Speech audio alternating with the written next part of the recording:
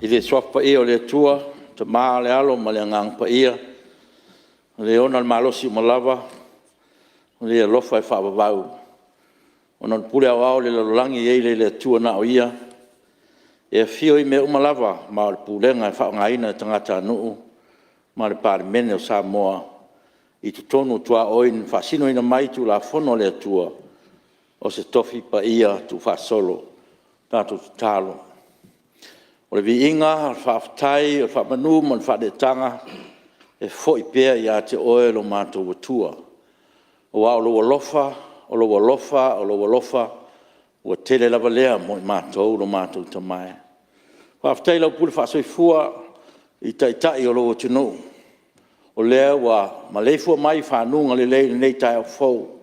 O le aso fau, o le malos fau, e fua ina mai.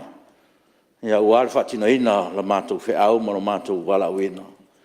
E tali tono hoi le li ie o whapena si o mātou o tunu atoa. Mai lava I maunga te tele, se o lava I se o pito I titi. O lo o iei fo I lo walofa ma lo wanga le lei. I le nei aso fau, le ngata o samo nei.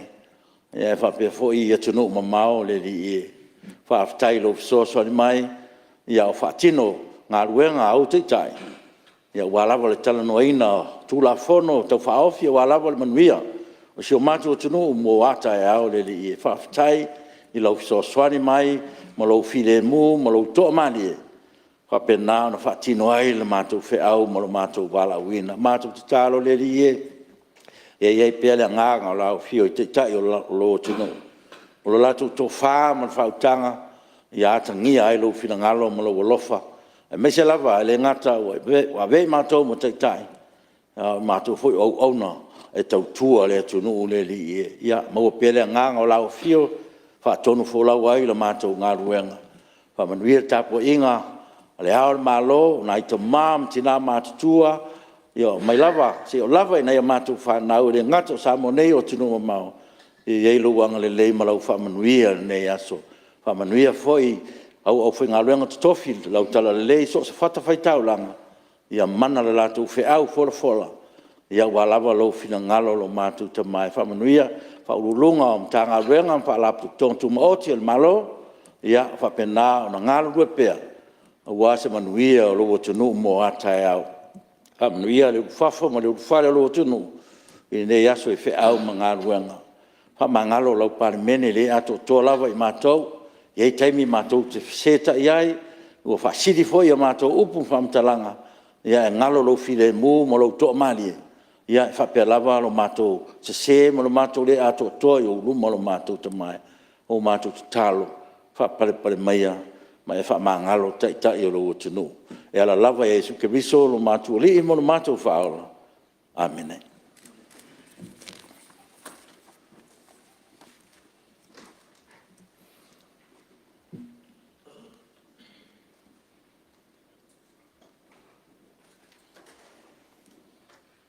Whaftai.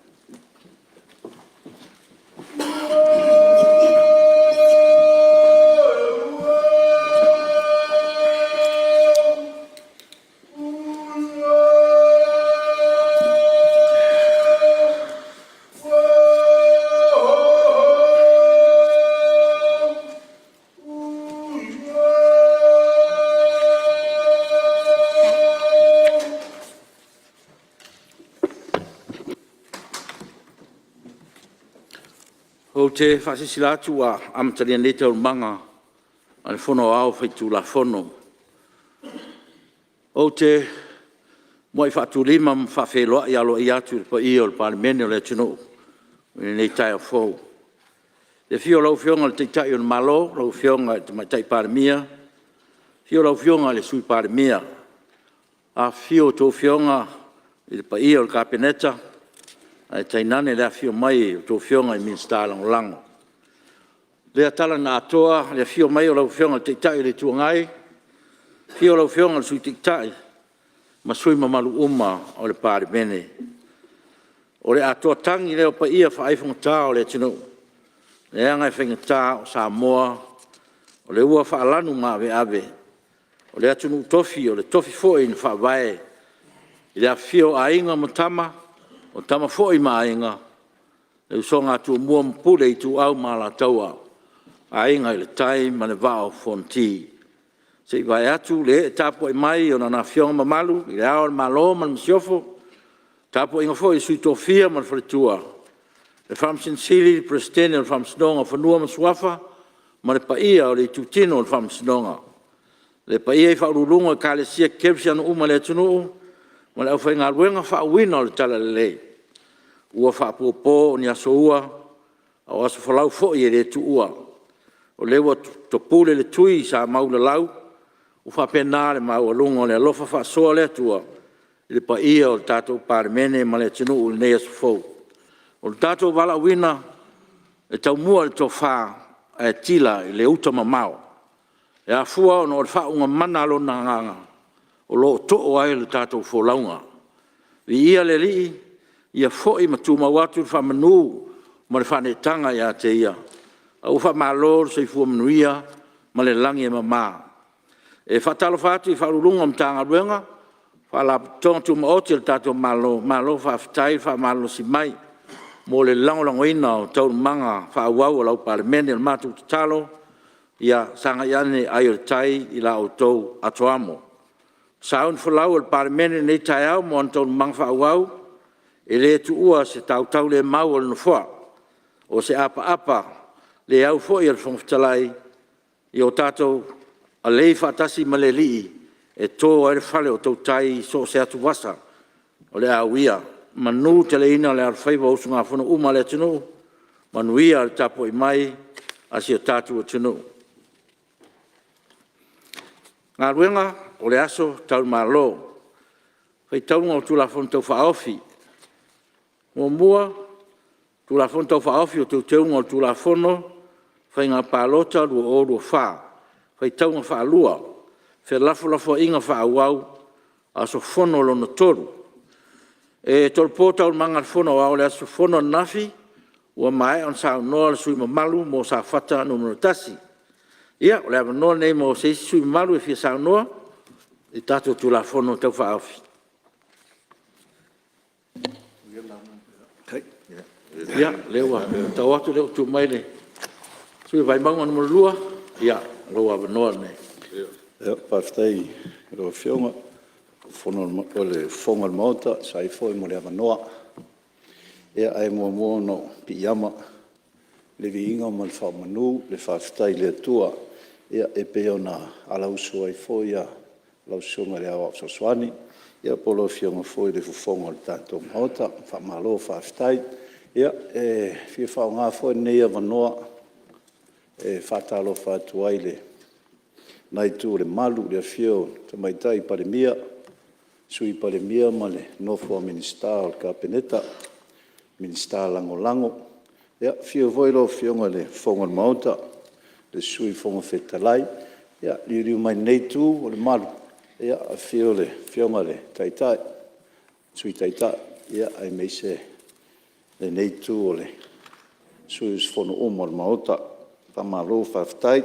Ia, whatalo whatufo e lausunga le autostusi, le sui whailau tusi e meise le ofiso le fono, ia tai nane le a whio whaururunga, ia ofiso pūlenga, ia omtanga luenga ma whala potpotonga, ia tātou malo, whatalo whatfo e nisi o le mamalu tātou antunu, ia o whapena ana au whanga potpoto, nei tai au le fono usu al tātou antunu, talo whatfo e le whafonga mai, tātou antunu, e so se tafa le nei laro langia e mei se tono tātou atunu e tainane le tapua inga mamalu o le tu malo peli ia o mai maunga lua. Malo lavar soifua moa, soifua lau le lei, ia le alofa mareanga le lei o le atua. Ia lo whionga le whangwhetalai e muona fia whaleo le whawhitai le whionga minister. Sai foi mal tātou tu la fono, tau whaofi, ni tai au, ni vai aso, ia, whamalo whawhitai foi le sunga komsina, ia me se foi, ia le ofisa o whainga pālota, ia la foi tō pito la au, tō vai mamau, ia mo le anga i luma, ia awa se so longa le lei, ia o le vaenga, ia mo le tātou watunu, whainga pālota.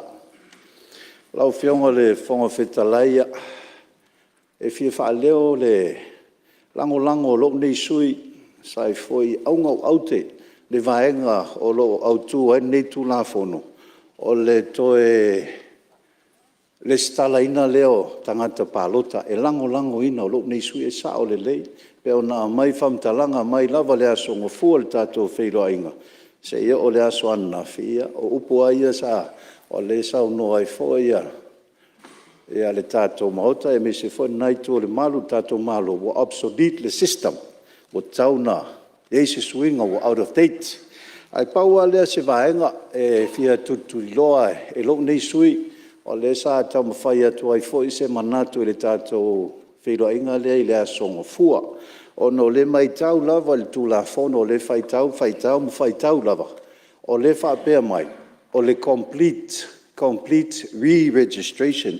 Ia o lau mamalama i le whaupunga lea, i le whaperitania lea, o lona winga, o le teimi lava e talia ma pāsia ai le tū la fono, i le maota nei, ia o le lola tuai, o leaunga, o whaaleaunga, o a mai lo le tū lau fau, a mata loa ia le stala fau lea, pe ona ta ua fo inisio sui, ia anafi ma lea solua, ia e whaatusa i le tā vale fau, ia e eilo o langona, a ta o loa o le tā vale tuai lea la a mai tā vale fau, ia e te le la vale ese senga, le lope sa tātou whaonga ina Toyota, ia lea la whaonga e tātou le Ford, e ese o na specs matulanga whapea, o le langona le sa avatu i le aso ngofua, o le polenga o lo nei sui, o no le mai tau atu i le tulafono le, e le ise vaenga o whapea, e pui ai ia le sui mamalu, le nofua o le sui mamalu, wa o te taritonu e o sila fia foi lau fionga ma, tātou fono usu nei tae au, tasi leo aia inga e se le tāua, pe a sa honi le sui e fia tau vā, i le whainga pālota, o le iai lea o le suafa po lona ingoa, i to tonu le lola pālota, o le teimi la e wha lea o ngā ai le lola lea, ia o lona winga, o wha lea o ngā foi ia le ngofua, pe o se o tūlanga ia pe ona, au le tua lalo, wa le sa a mai le tali le aso, le tātou preceding, e wha o ngā le lola tuai, e reconcile ai le mea fau le la fai, ia, o le reconcile ia nol whaunga, ia ai le o le toe alua, ia tūlanga lea, pe o se polenga lea i lo whiongan minister, a o le tua lalo, lea le fina ngalo, a mae au na talia le tātou tūlafono, a mata i le maota nei le lestala, e le leia le lestala o sui, e le teme wa saoni e, ia ona ngai la i e tua le tātou ngaluenga, e le leia le fesili o le sitoina, o le sitala le mātou sui fai pule. Ia e tali atu le ofisa, wa maea. Ia peo tūlanga ia, e whaalea watu ai. E lau whiongan minister, e me se foia le whionga le komsina, ma le tātou ofisa whainga pālota, e le tūlanga foi le whaangoi ngai o inga o le tātou ngaluenga. E ma tātou whaia foi mea uma ma le amiotonu. Ia amata le maota nei. Ia vavea na le stala le sui, e a whai pule o lo nofo ia le nofo temi nei. Ia vave o na iai lona suafa o lona ingoa, i lunga o le lola fau, o le ala tātou a ngā ia tu iai.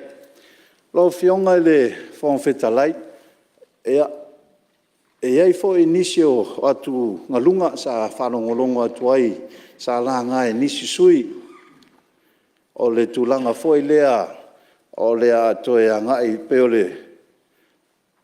le aunga tāfo e o nisi sui o la to e tinga ina ia whaipule e au mai ia tangata e le stala. O lau a whionga, o lau tilo le system fau le la whai, o lau atu a lalo lau whionga minister.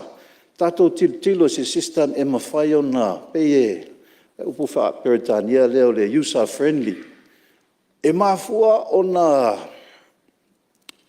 anga e mai a whaipule e fesoso ani le mamalu o le tūmalo.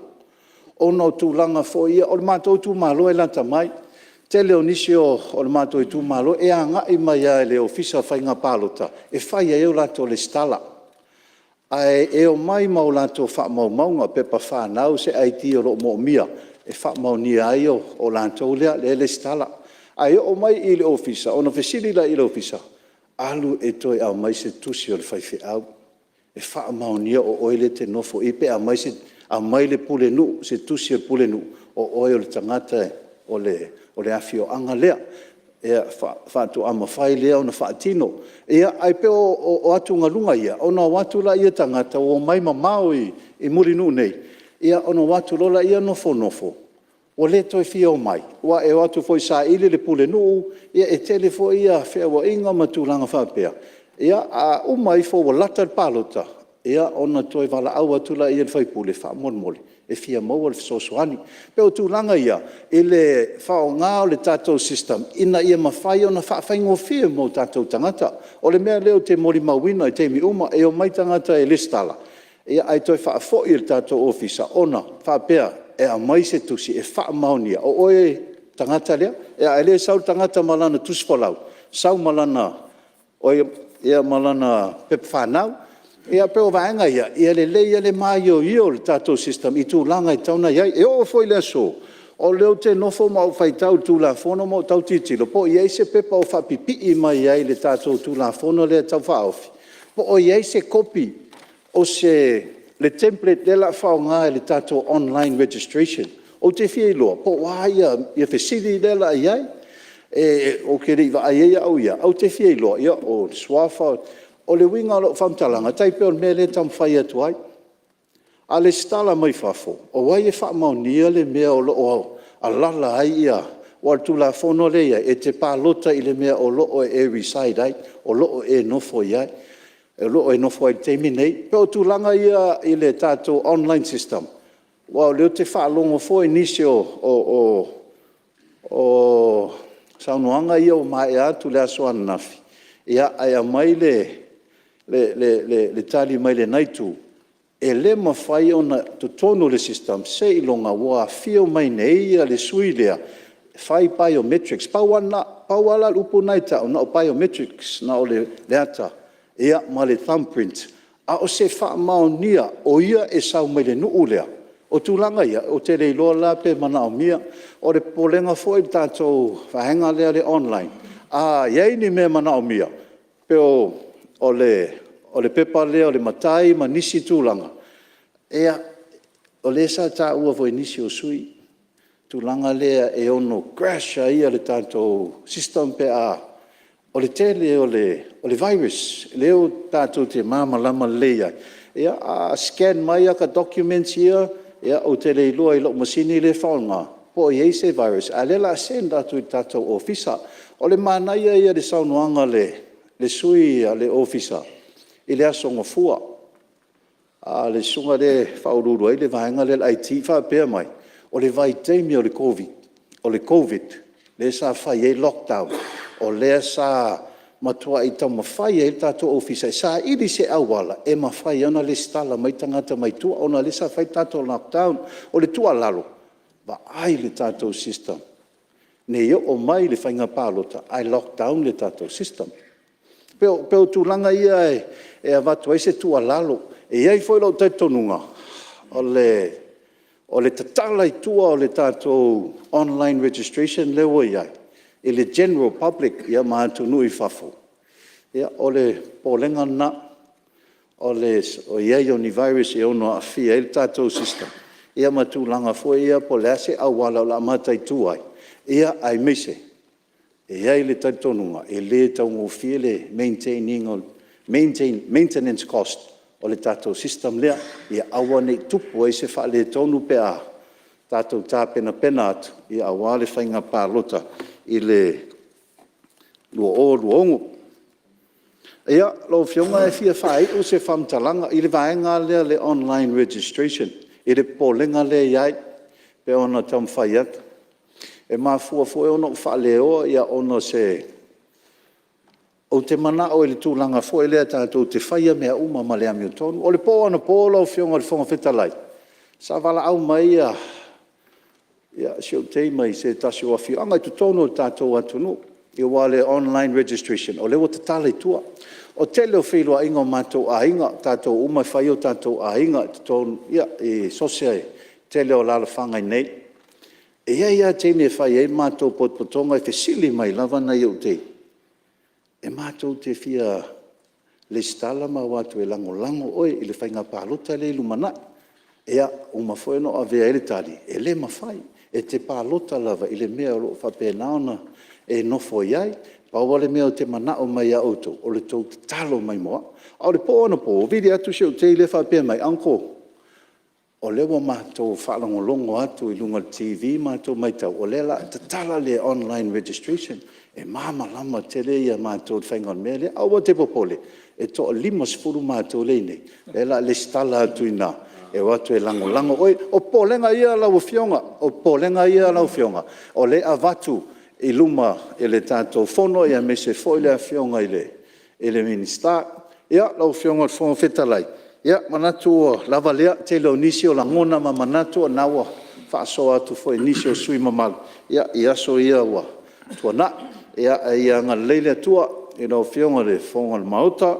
Moa pelo malosi a wale tautai ina o tātou fono usu, anga le lei foi nai tu, tamai tai parimia, no fo a Ministerial ka peneta, ia awa fo ia tau fai unga fai, ia awa ia le manuia o tātou atu. No, anga lei foi nei tu le malu, e le mātou tau au e tu atu, ia awa le tātou sa e whawhatasi, se manuia mo le tātou atu. No, anga leile tua nei aso, whawhatai. Ua whamalo, whawhatai, sao noa. Tanoa fo le sui mamalu mai maunga no mona lua. Ia maloa mo le tō whawhaali. Ia me se fo lo fina ngalo. Ia ua lava le tātou tūlafon tau whaofi. Ia maloa mo lo sao. Tau tono fo o lewa. Wha mau fo e minsta ma malo. Ia ni se fo whautuanga mo le tātou tūlafon tau whaofi. Ia maloa whawhatai. Ia lewa mai tau atu rau fo marisao. Sui mamalu mai ngangai wha maunga no maritasi. Ia tule mea no whionga surma.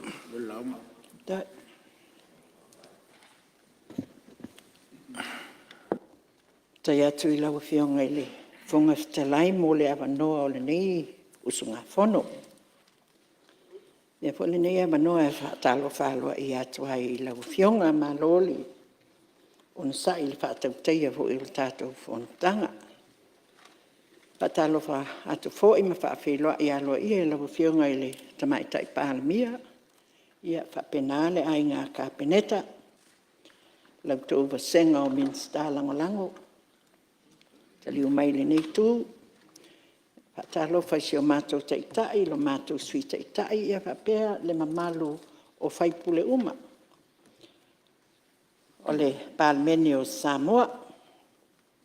Patalo whātu I le sau whainga a whaaululunga o matanga wenga le malo, ma whaalapo tonga tū ma oti al malo, wha malo le ngā lulue, mātou e sau whawhai I, ma whai tala, ma whai tonu, ma pase tū la whono, ia e pei o tau au, ia ma outou, ia olo o whaatino, ia mea e pasi atu nei, ma tua atu nei si o tātou atunu. Patalo whailau sunga le whailau tusi, sui whailau tusi. Whapea le ofisa o le whono o lo whapena o na tautua le whono usu al Palemene. Ia e meise fo I o au nanga ese o lo whapena o na tautua ina le Palemene pe au le teimi e whono ai. Malo ia te uto uma le ngalulue. Ia e whatalofa fo I le tapua I ngā Samoa o lo whaafongafonga mai. Le ngata I Samoa I tono si o tātou atunu, a whapena fo ina I o tātou tangata. O lo whapena o na mai moa ma whaafongafonga ma mau mai e ala I televise ma walesi I whaasalalau. Lau whionga I le au ma malo ni malo ma le masiofo. Whapena fo I le sui o le fono o sui Tofi ma le whatua. Ia, ne pa ia o Samoa I ona tūlanga whaalupe o le anunu atu. Ia e meise o le au whainga luenga tu Tofi a le atua. O lo whapena o na nono manu, ma moli tālo sanga, ia awa ia le manuia o Samoa, manai o tātou tangata. I le, ma le whaatalo whapitoa, mo le tapua inga si o itu malo, ngā ngai whamaunga no mea la mua, le fio anga o sao e wha, a inga sao malau, le ati pouniu ma le whaasau, lau whatalenga la vea oe o le ali o le tū, e nofo ai tu ainga ia sa fotu. Le fio lo fionga teito mawalo, whapea le fitalinga i le tau asa, wa malo le tapua, malo whaafitai le talo, ia e meise wha malo le ngā lulue. Ia, lawa fionga le fonga fitalai, ia, o le anga i atu e sina whamatalanga. Pai e se sao e tu sai fo i o le tātou mata upo o lo wa whaataatia i le maota o teuteunga o le tulafono o whainga palota. E lau whionga whangafitalai e taltonu. O le ale umi tele se whamatalanga. Wa whaafafonga ia le maota nei. Wa whaafafonga fo i lo tātou watunu. I le tātou a mata mai a meise o suima malu o le fono. I le tātou preceding i le asonga fua. Whaafitai atuai i le whionga i le Ministerial i le whaatula i mai o le tula fono. Lau whionga le komisina ma lau whainga luenga ma lo mai tawina i le nafo i tae ao e te le ale whatu. Ma lo le langa langa ia mai o lea i le nā tae ao sa whapenao na le moli mau umata tau le sai o le preceding, le nai tū ma le nei tū, i tala ma whamatalanga e whai o le tau ma whai atu o le nei tū. Ia a o le angiangi malosi mai fo i le nai tū.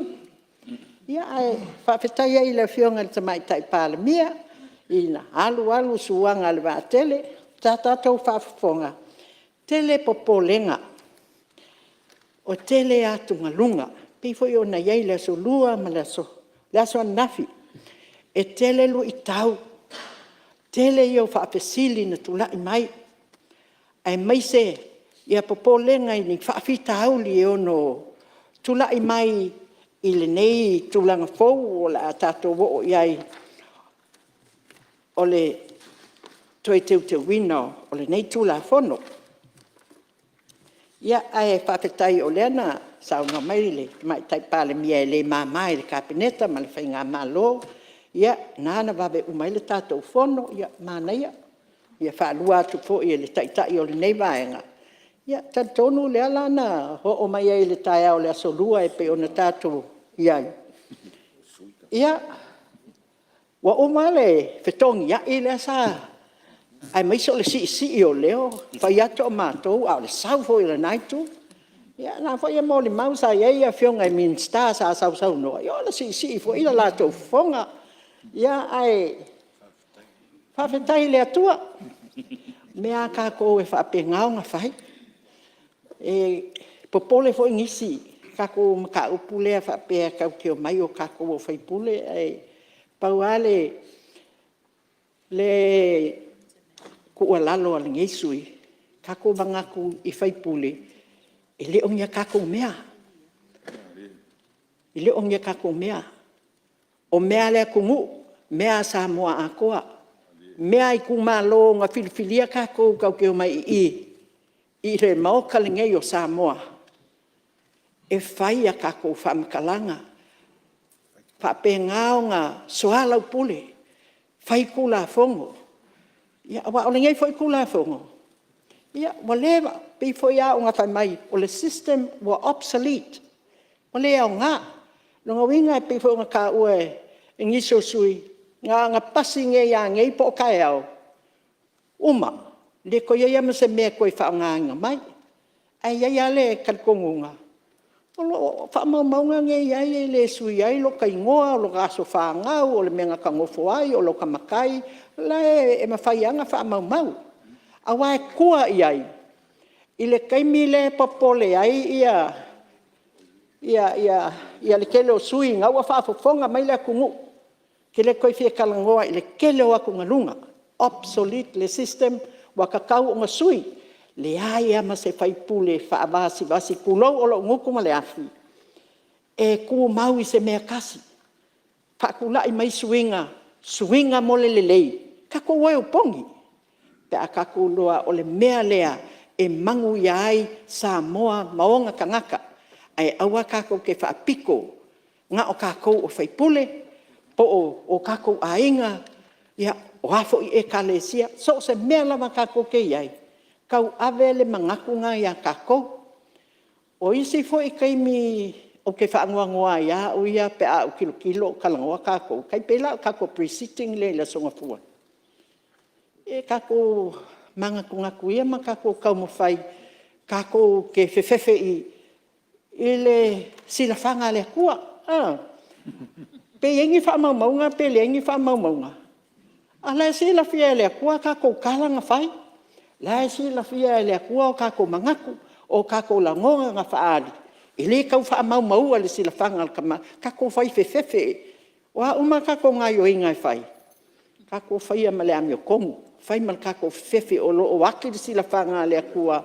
Iau kou whinga ngalo, masa uloko, iau kou mawhauwhau, masa u mawhauwhau. Mea uma laba, le ai se mea lilo. Ia, pe o siau ngā kua lalo ngei mea wa makulai mai.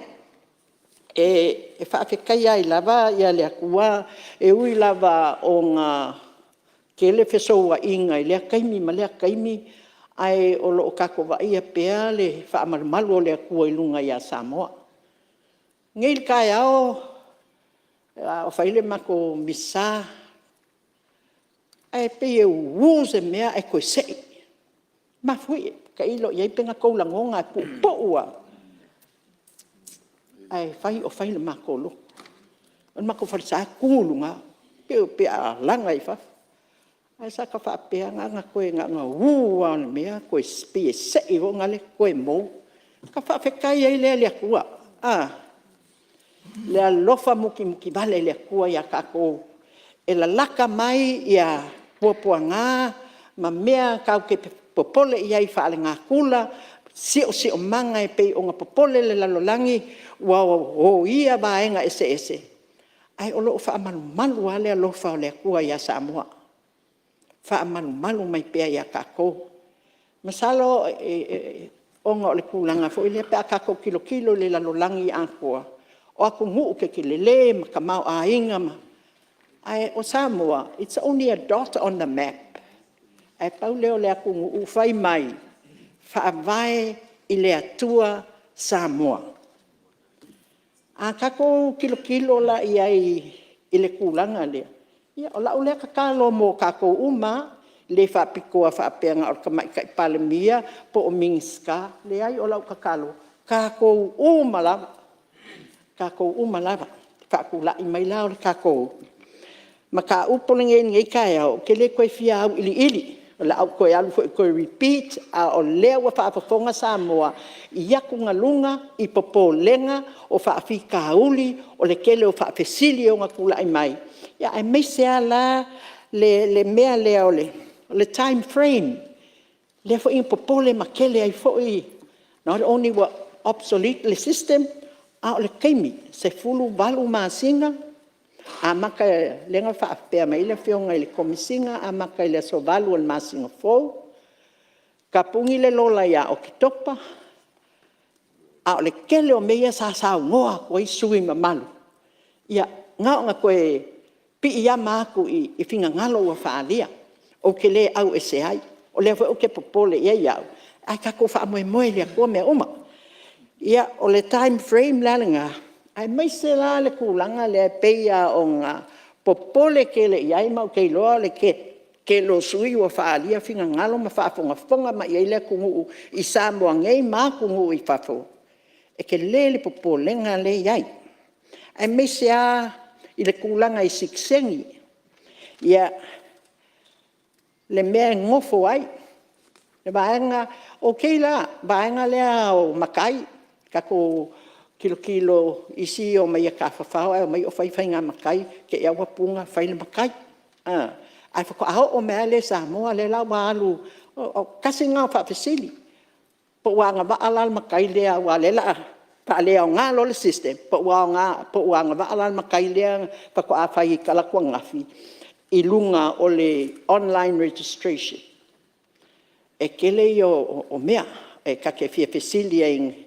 Ia, ai mai sai foi la, o le au lua fulkasi ia, ngā oa mākua I New Zealand, Australia, Amerika, po o whea lava, kau ke le whaakauanga vale I ngai o kākou kangaka o loo whaafonga kāpua i mai.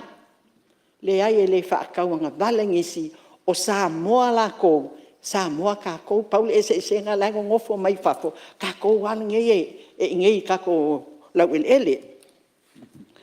Ai, o le whaasingo manga lea i le mea ke pālo kai, ia ngisi o kākou ainga, mo se whakaika inga, ia walua kausanga kalunga o whaku, se i, koe wa ai se le waenga lea, lo ke fi kalunga o fiwa bili lake, whamai lawa sui, wa ese malfale nga ngofo ai lawa, wa ngofo wa sui foi le ngu lesi waenga o ngiusila lawa ia, whapenga foi Australia, wa fiwa fili aku ia, pai mala, pai em pai ngap sosangi mai se si, pai aku ia i vili mai, mai wa sui foi lako fale, ia wa ese malfale nga sa, ko inga mea whapengei, o le mea ngā leo ke pole ai, le time frame, pe maka o le asao uma whaamaumaunga ngei, le la aku i kokongu o le new system, ma le new system la lea pe o ngā pole ai ngisi, pe maka o le akali i, le kele o whaafika uli, lea wale, is it a proven system, ua mahea o ngā prove sa wha o ngā mua,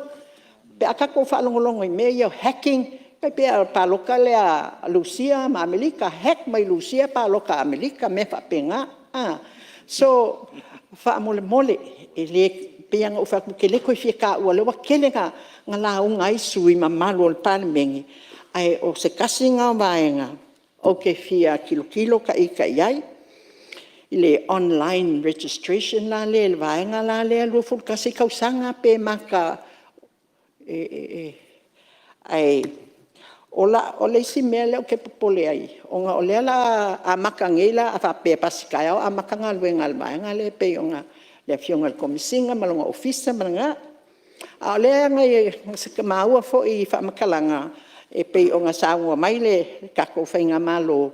O lo o iai isi waenga o le ngei fo i kula fongo o lo o aua i mai e koe keu.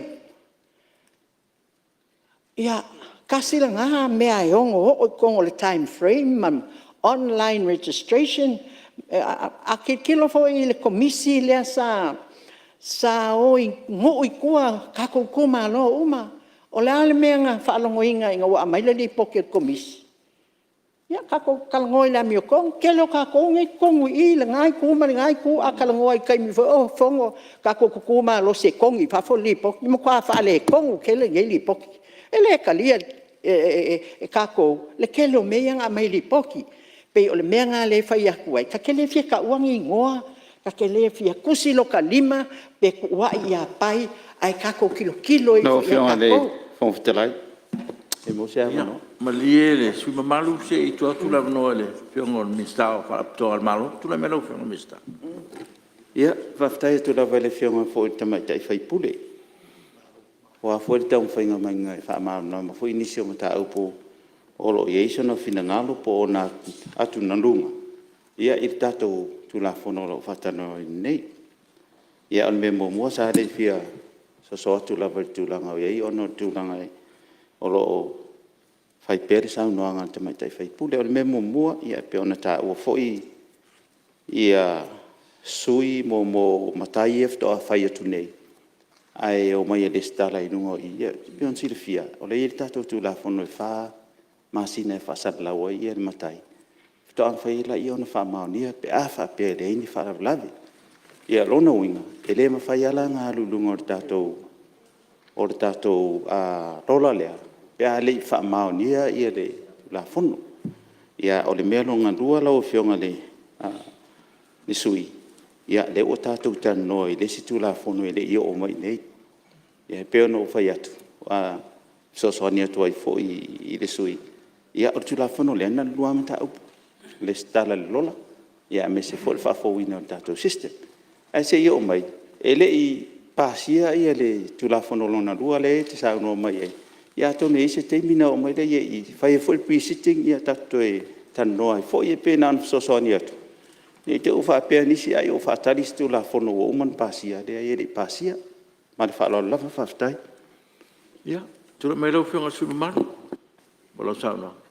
Whaftai lau fionga le fonga whtalai, whaftai fo le Ministerial, le whaau la vea ile kau mawhai a kore ngai sui usi whongo le ai lau whionga le mingiska o lea o ke kalangoa aku i a whianga kai pei o ngā popole ai le ke lo sui la e whaafonga mai ka ngaka o kako kumalo fia malama lama mai fo i ai lo kumalo langa o le mea lenga mai ai au lo kumalo i pesili pe se pe sao pesili sanga pesili i malama lama mai ai kua pe ia o le kulanga nga ya maloa kua o lai alala lava le mingska e o ngā kula fongo ia mafile mu akongo le akali mai se kaimi i le kele o fa fesili e fa iaku ia pepe foi ngafi ia e kasi le sui e la ngaku ko farming ska kula i mai ia kako kalangoa ho lele o kako wa o kako o le Palemene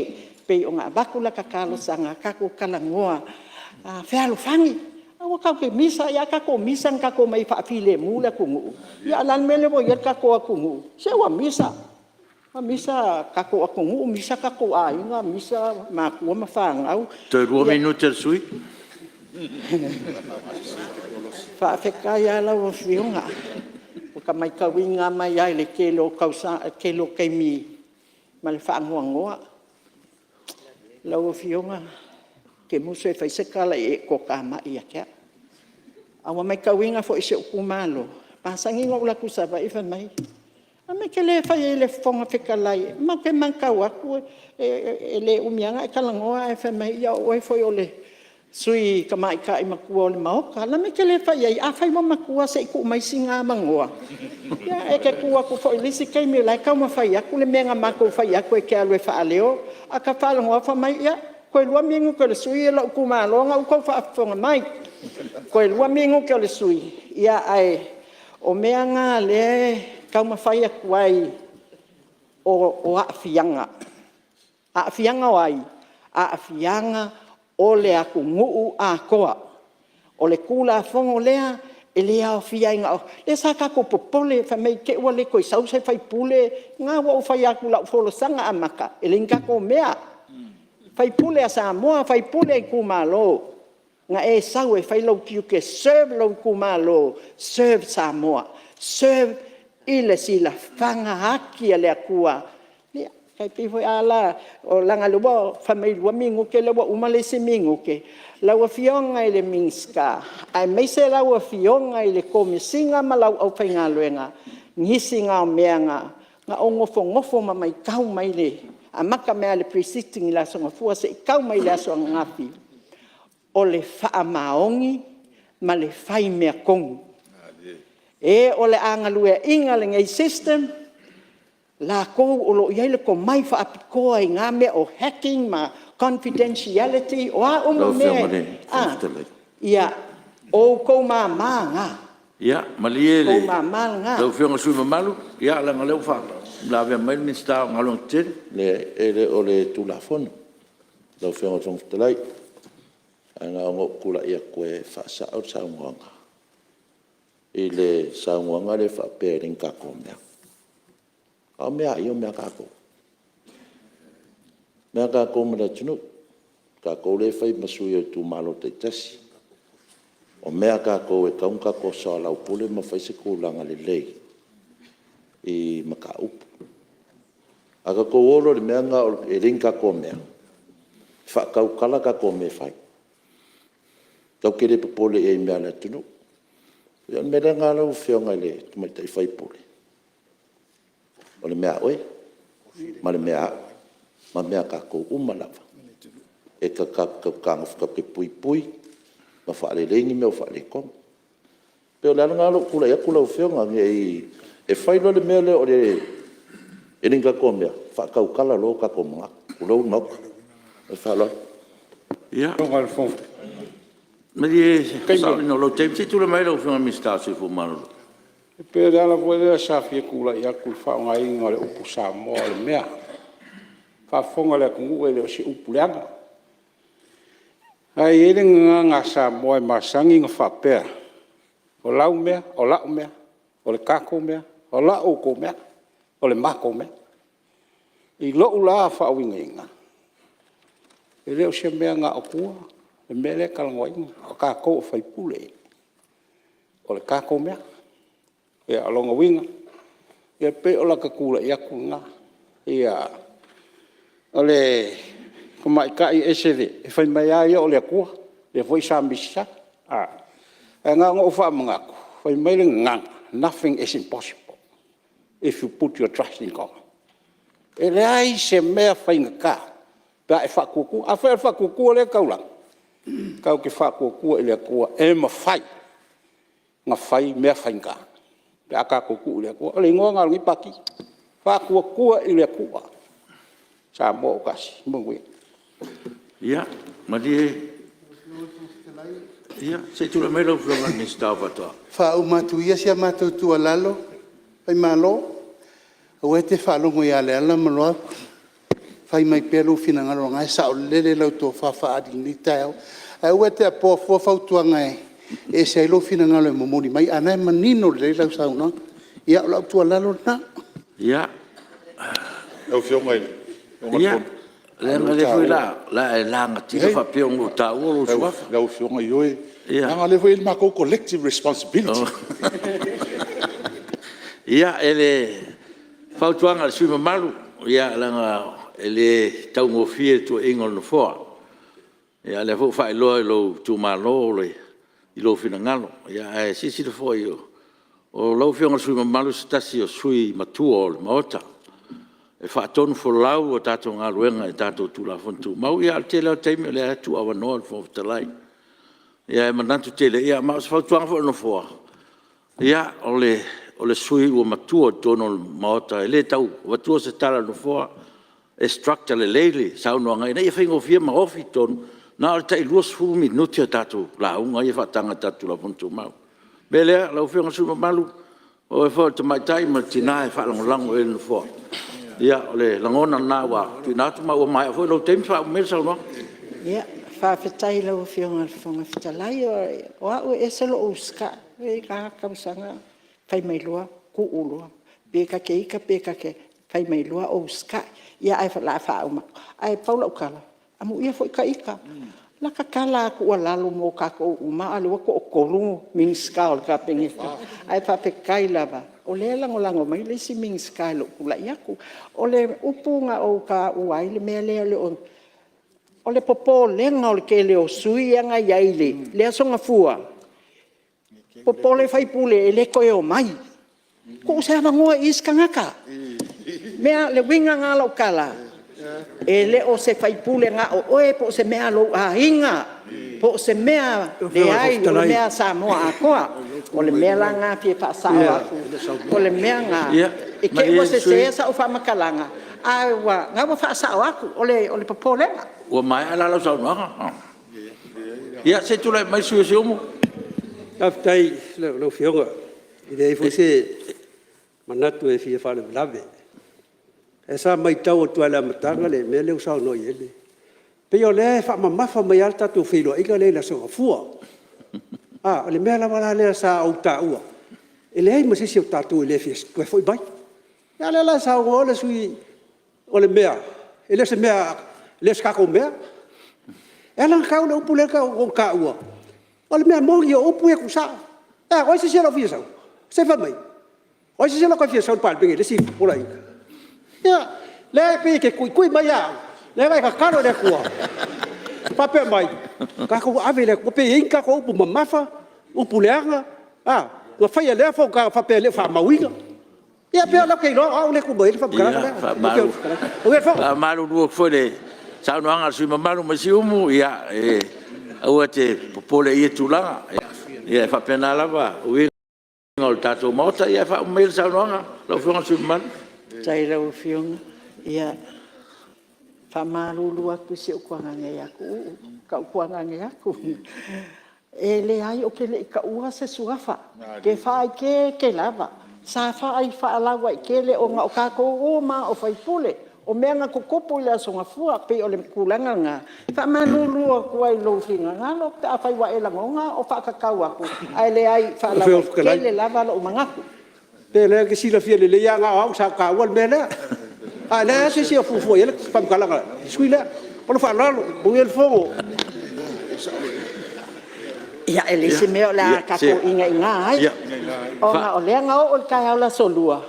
Ia wa kau wa piango mai ngai ku. Ai pe le wa kwa mako. O la mai kau la kai au la solua. Ia wa lenga fa mai kamai kai pa. Ia o nga ua lenga fa kau fongo ngo. O uma kako prisiti. Lea la. Nga e sa kulai. E fai mai. E sa o lea ai nga o kakalo le poanga po. Ia lela wo o mai kai au wo sui lo mangaku. Ia o le fasa onga nga. Ia onga o le ua fafienga e fe mai wo umalo ka kaimi o le kukula i mai o le au vaenga le kulo lava kofi pai pule o iku malo mamalu. Ia ai ku sa o ase mangaku o nga ngai fo maunga ngumel kasi langa lae pa fonga fonga mai lo iku malo yo lako popo lenga mo lako manga onga ma mea o lo fa penga nga ku ngalu iai la wo fionga ia wala ba ia i ako ngoi koe maua seisi kaimi i seisi kaimi o luma pa manuia kele le aku e la wo fionga ia fa pea sui mamalu o malava o Palemene pa manguia le au whainga luenga Samoa o lo fa fonga mai so i fua manguia le fongo. Alo, waftai, malo sa noa, le sui mamalu, ia e fa pena lava le tatu no fuai, batu ia o le nganga no fuai ia mo pea le to Maria mal file mu tatu mauta. Ia fa waftai mo lau fa soa, mo lau fa tuanga. Ia ma fa langolango le tua me uma, ia o le nganga na e mo le koe le nganga fa waftai no fuai. Ia o le manone stasius tatu sui. Ia tu le mai sui sanganga no tas tas sui tu al mota. Ia va taitile la ofionga le fonga talai. O foi sa no ne sunga fono e. Ia e fai foi se manatu e tu sai male tu la fon ta faufi. Ia ia la le atulo el mota, tu no el mota nei fiolo fonga fonga talai. Ja, tulong na foi le dai tala na ato le fiole te mai te Palemene ka peneta ja mal foi so ja minsta ja me se foi le la tsai foi pe ia mal malu fa lungam tanga luenga le la tala na ato ja nei foi tala na ato le fiole fionga te tai o le tuangai e masuye fai pulo le mot te mai tai. Ia tato fatasi le nei aso. Tole foi male, hava tele male. Alo.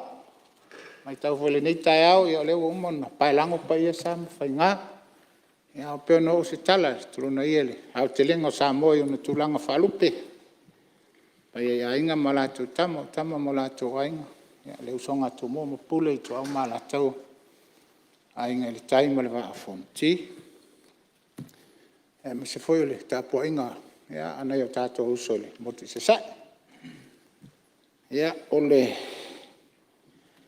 falong long to ele ni so yo na tulanga la o fionga fong talai.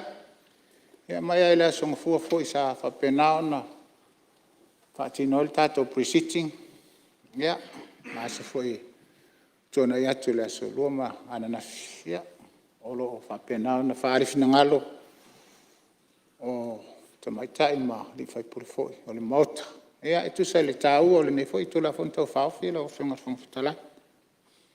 Aunga o te la o mai tau. Ea pe ona iaile a songa fua. Ea sa whaali lava le langona e lango le tu la fono. Ea e tu sai foi ma le wha malam la maina le whionga le komisina ma le ofisa. E le tūlanga o iaile tātou lola pālota foi. Ea po tātou tāua obsolete le tātou lo.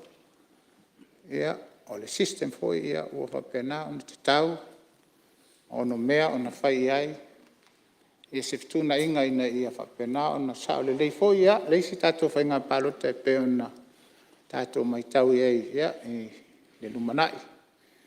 Na ia sao mātua toa ma le lei, ia, o na foi na watu ele lango le foi sunga fono wa o te talitonu. Ia o se mea ua whapena o na lele, e tau na whalele. Wha atua toa ilo nao te lenga. Ia wale anga i luma o le tele o atu, nalo, ngalunga ia sa whapena o na mai tau atu, maota nei. Ia aunga o le system. Ina ia watu ni langona mani motu ngā awha. Ia e wha atua toa ilo ngā luenga le whionga le komisina ma le ofisa. Ia le smele anga la. Nei te ele ulunga fo inisi o tolanga pe ele mai tau. Ia a leo te talitonu. Ia o fautuanga e whapena ona. Toi ti mataile upenga ma sila tutoa i eile fionga komisina e mai se lo fionga minista. Aftai fo il fatu lai mai le nei taimi. Ia. Awa o mea lava e tupu i tau sanga uma fo e lata le palota ia fai sui ainga. Sui mai le tele. Ia po sui mai le tele le na wa. Ia o mea lava e tau on fai na ia ato to ai. Ia le fatino ina o le tato ngalo. Ngalo ia e whapena i fo lasi anganga o le nei fo usunga fono i la lango le whamoe moe. Atu ngalunga i pe ona tau mo fai atu iai. Ia whapena fo iso manatu e le toi whale o leo whapena ona. Tila sa anga iai le pa ia le malo mauta nei.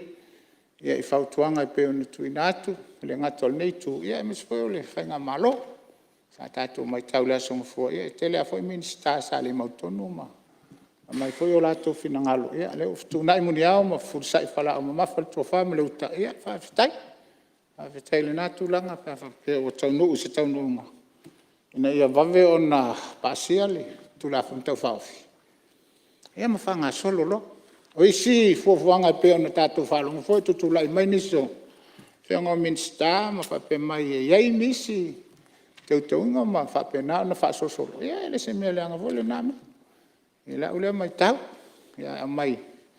Ilu mame nei tātou te whiritanganga iai. Ia whela fua e fuile. Maota ma vai. Ia pola se mea pitusili o na taua ma le lei. Ia mo le tātou tula whono ina ia sao ma atua toa. Ia ma maua le. Au telenga. Ia ina ia no while mu tātou atunu. E ala i suinga o whai o tātou whai al nei vai tau. Ora nganga nalo whangafonga talai. Ia whaftai tele mo lava no. Whaftai voi lau whionga o le te mai tau atu lo. Paua lava lo malas. Tai lo. Ia. Patino eu tiute mo whai. Ia awale tātou Parliamentary nei. Ia, o lea, ia, tau me tau pu ia elisi me ai nei pue. E mamalu o le tātou Parliamentary, o nā tau a leanga o tau e uso tuofi. Ia, manuia Samoa ilana whalonglong mai. Tāpua inga Samoa ilona telenga, ia manuia vase o tu malo i ona. A telenga i. Whalulunga o se tātou i tu malo, ia, ora sui o sanganga tas. So i fume manuia. Alo. Waftai sau noe, lau whionga tu mamalu. Ia, stasi fo sui matua al maota. Waftai a mo lau tu whafta lai. Ia, mese fo lau langolongo ina o le whamoe moe ua. Nga ie tātou malo, male. Tātou mtanga luenga ia, malo a whaftai mo lo whinangaro whaalia. Lea ua, mangi el maota. Ia, langolongo ina fo le tātou tu la whono tau whaof. Ia, au nisi tu le te tausan, ia. O te pole tu le tua, whamoe moe le tua. Leo malava, ia, ia ngai uma tātou te whanau nau mai le tua, ia soa le mai. E leo ngi au ala fo le tua, tā pena le tua, nisi me le lei mo tātou. Me lea, ia, le nganga nā nufua, ia, e whaftai mo le sauranga. Ia, tule mali sui o sarpuitea. Tasi fo sui tua le mota.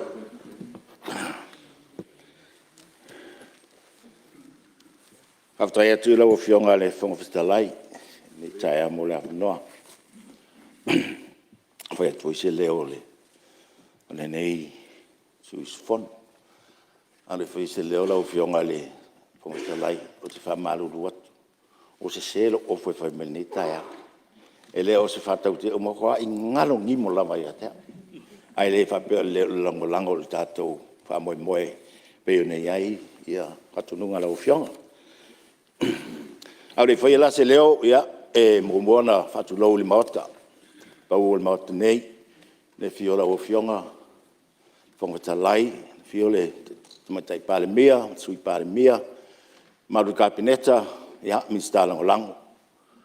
Mal nei tul fiol matai sui tai ia sui malu le tu nei.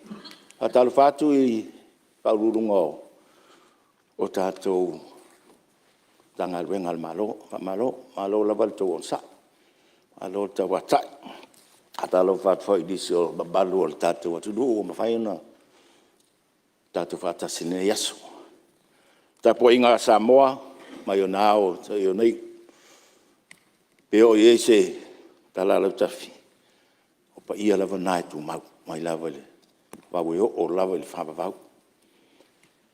So tu malo sa pa tea, ia, mai lava i Malae onga se e pa e whale pau, whaftai lau tau talo, whaftai lau tau tapo i mai, awal whaival tau sui, ia, awa se leo tato tu malo, bang whapawhai. Lau fionga le whongwhita lai.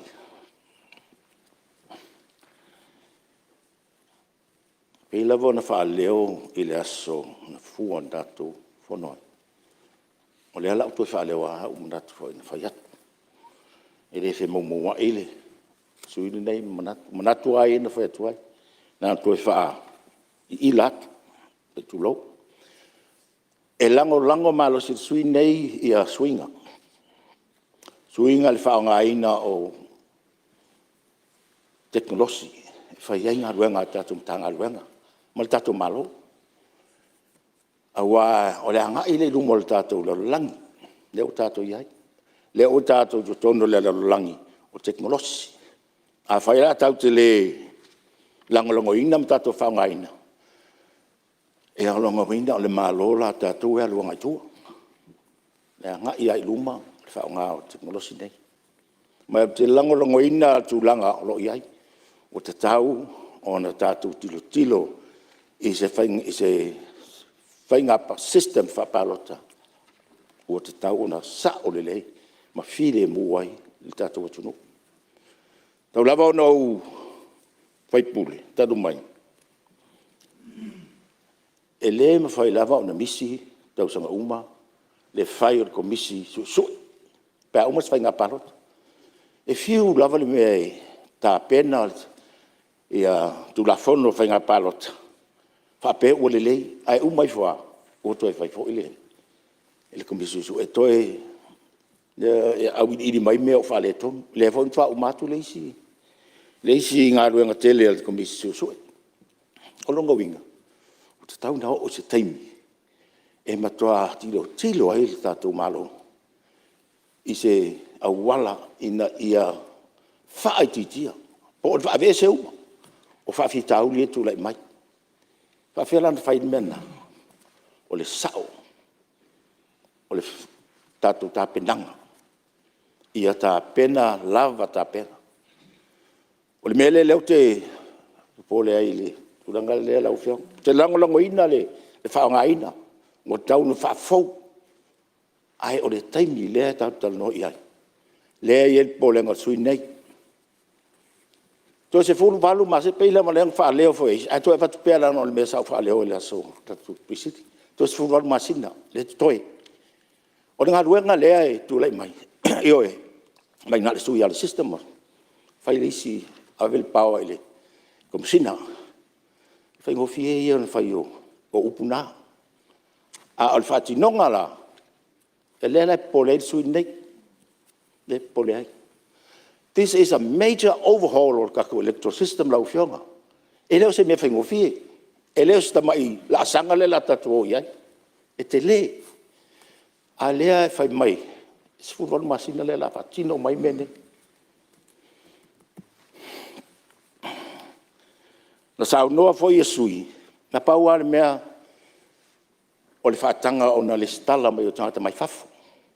O lau tutiro na iai pe o mea na lua ma le ave le pau le fionga le komsina e fa ema fa fo me le stala ma to le stala e ala na le mama fa lo ma fa tu langa le ai sia wa le ai tu no da tu la fo pa ula mal mele e fo mai o le stala mai lungo o le internet o tangata o la la fa alo ya ya to no tu la fo ne e mawhai ona le stala mai tangata i lungo internet.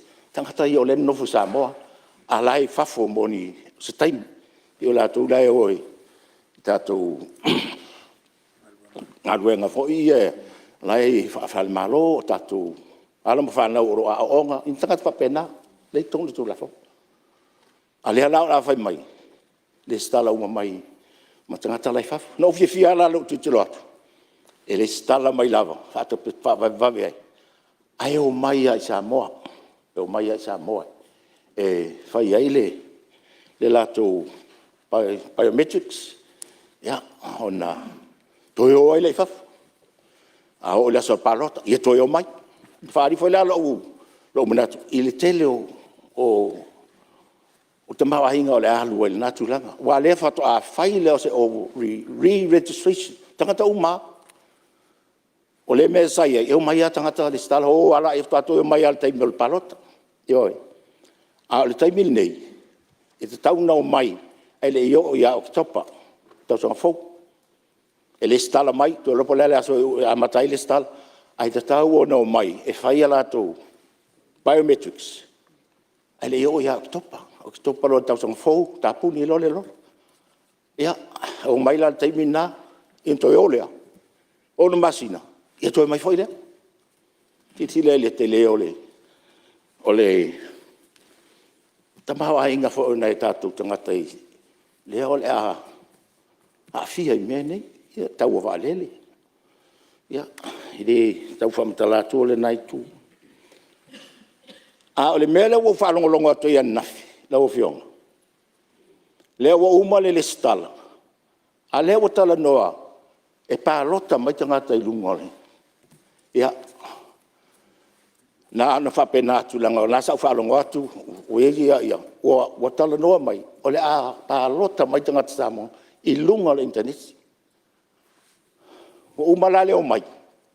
Alala no fu mai o pālota mai. O whionga le. O Australia. O Whialava. Ia, mali e lau whionga sui mamalu. Se i tua Taila tura. vale. Ministerial. Pala tonga malo. Ia, o le whaamamanga nen whaamamanga mai tātou pisiti. E rei masese whai ona pārota mai nungoala. O le interneti. Nei te ua whaafonga mai le atunu. Te se sia e o rātou whina ngalo. Ngā le registration, ngā le stala. O mai lola i nei whauma le stala. Ia lele tau te le i o le tūnanga i whai on whai pārota. Ia, mō le whaasau ina le. Nei te ua te se ina lau whio. Ia, lau whionga sui mamalu, leo maua mai le. Nganga ole. E le i whaftai le lau whio. Whaftai le mista. Le te mana malama le ia. Apo ia paa, ngai lau tala le na whai atu. O ana nafi le no whaalongoti ai. O saura unga le tūlera. O tā ua mai ai, le pālota mai lunga. Whanga susol. O longa winga. O le mea lea le tatu tu la fono le. Nā pei ngā o singa mea whai a maka. A le mea mo ile la sau ku. Mali e lau whionga sui mamalu. Se tula mai lau whionga mista o E kasi la lea sui lau whionga le whongwhitalai o le sau whaulonga la unga i kukongu i. O le mea ke whai kaure lei lau whionga ku la whonga ngā whau mai leo lo whina ngātu. A lewa e sau e whaalongolongo i la unga ia makau whau i so mga. O le mea longa lua lau whionga le whongwhitalai. O le lava i popole le sui i le system le whai. Langa sa avaku kongo tenda spoa le kulanga le sa mangingo le whamakalanga le. A le system le. O le system kuai dea. Pia ko kaver kuai. Wa alu ko ufoi le e le o mga o mia a ko ai ia me e mga o mia e upgrade the system. A fa pe foi la upgrade the system. E kusa le ia le kau ma le mai o le system fo. Fa unga ka ko ke posi e ang sao ai la io ka ko mea. A ke popole le mea nga. Un sai mai o le a e miska e ko fai ka ko wa mia nga lo fo. Ia, pia sa whamana fwoi, anu fwoi lau whionga sui mamalu. Ia, ana fwoi lena, whai tole tala anu fwoi le anga i fwoi sa anuanga i sui ma le, ia, ma le tele ai o, ia, o tātou teimi ar. Ia, manatua, ia, anga i pē, le tātou whao me moe, meso tātou tula whamtau whaofi. Ia, o le, wingo na whamtalanga le so nafi, o na ua pē a tau, tu na inga tai sa nuanga ma pewa e pistu ma pela uanga i fu sa nuanga i sui ai e mna tu lo fenga le sui malu sui tu fo mota ya tatu anga i pe tatu tu la fonto fa ofi ma na fa mo mo na fa la apta lo fo apta fo ile mi sta nga luenga mala na fa ula bea e yo O le lava e te le o wha pe atu o le lau ngā ina whai mei. Pa wale meo le wha lau I te lea. La ngai whaulu me ta upulenga o mai tonu. O le sa au tāpenga. Walu vai aso au tāpenga olo. A mata mai la sunga fua. Tau teimi nei. Tau e meo. O tu la fono uma ma menei. Au o te ilo. Te ringa tu lau. Le la o pe ua esele. Le melea. Pe o le mele pe se. Pe se prisit. Pe se. Si me fa bo mo ti mai luma. A o le mete lele sa tu la o le tal no la e wanga le o mai. Mai mau e pena fa pe fa tata mai. Po a me ia e le fa pe o mai. I la tatu o le marmara mai a. Po a me e fo mai tu. O vai peina sa no ngal sui mar no fio. Ya, terwai o no leo tatu. Tonu mo tatu te mi malo lo ta. O le afa wa sa no ngal sui malu pe tatu te mo tatu malo longa. O le afa tati ese ngaluanga funo ao mo le malo longa ta.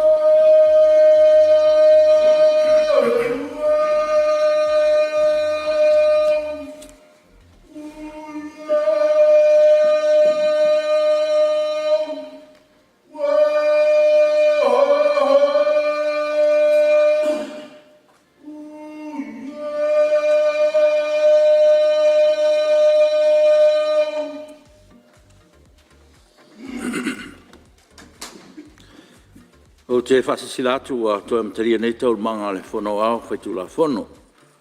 Pa marole un sa I le pa ia o tātou Palemene. I le toa te riu mai au tātou marolonga I manatu ua mai a uia le ala I sao e ala le tani ngā sua. E leo tu lafo ina lava le tua o tātou walawina. Ua lang ese fo ilan foa e nei tai au. Ia vi ia le li. Ua whafo ina fo se malosi tu ronu ngana. E whao wau tātou ngā ruenga, mālo whawhitai. E whatati ese tau manga mo tātou mālo longa lo sao noa suis fono mo satupai tea. O te tāpālau whionga sui malu tula I mai e whao lo sao noa. O te ilau whionga le whawhitalai. Mo le tule whawhitai tele ile. Au whionga ma le official phone. Mo le whamalistino. Tau ialo le taningu sua al Palemene nei. Toi whātai tele.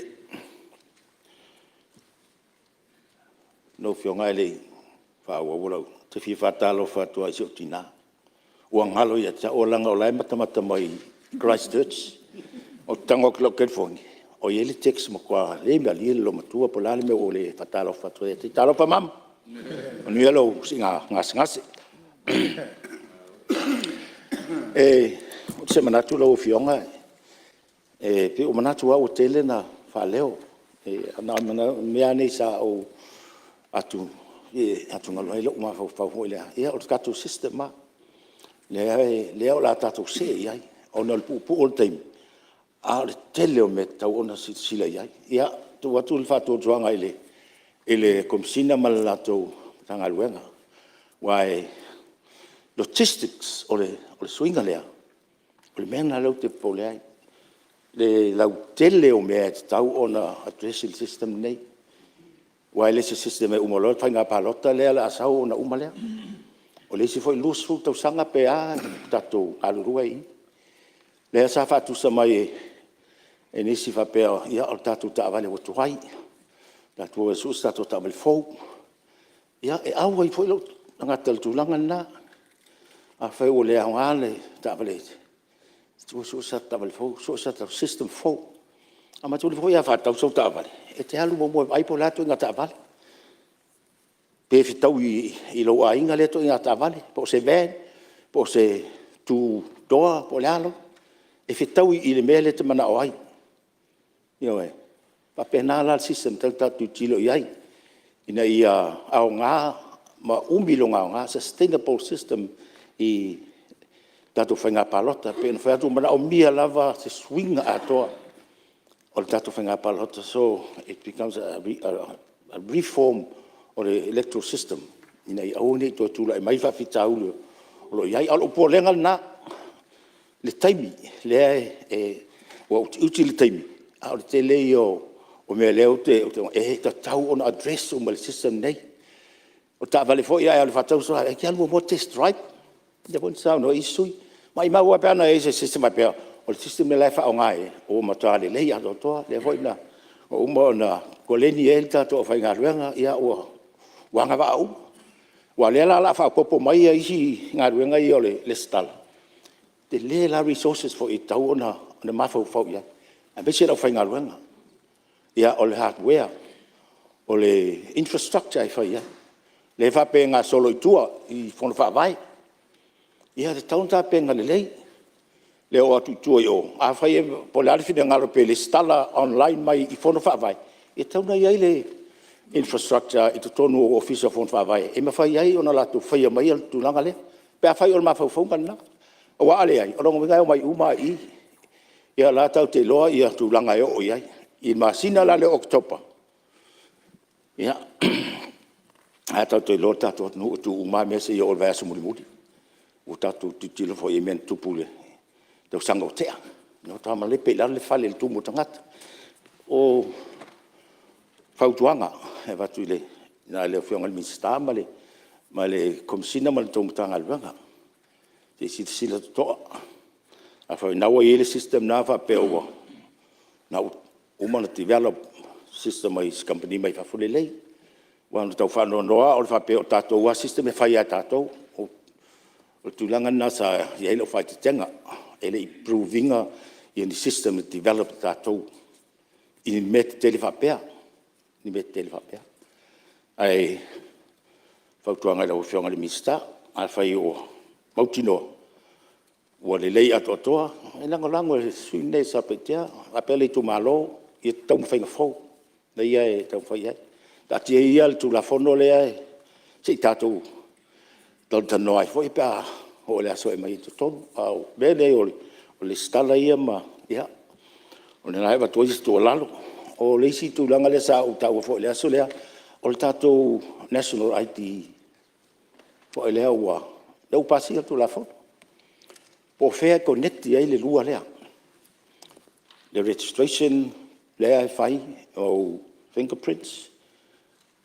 Male kako national ID. O le whamoe o le national ID.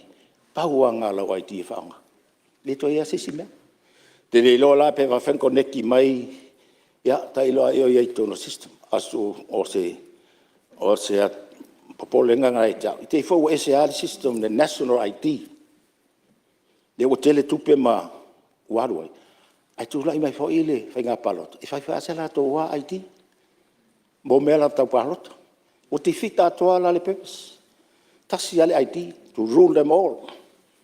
Yoi. Ia, atonu fa mal le fionga mista. Ai o nai o tu afanga la o fiong. Via tu watu lava I mamea. Ele ngā tia ni mana tu suis fono. La ngau I fa o toia tatou tu la fono. La fa fongo mai tatou tu malo. Ia, o le taimi fo e watu I tua tatou mutanga luenga. Le fo tau isu tau tuanga mautou. Ia lava le tau ho atu tua. Lava le taimi do te watu ai. Wa le mele fa longo e fa uma I nei no e le sa vai ia ai ele tisi antai. Le fa petasi ala so atu ai le fon fa vai sa poitia. Le sia so ai o le fon fa vai I papa I pulai se tu lo. E te tau ona ta pena plan fa le lei ia le tau consultation no fai. O le mena le tau tupu le melia.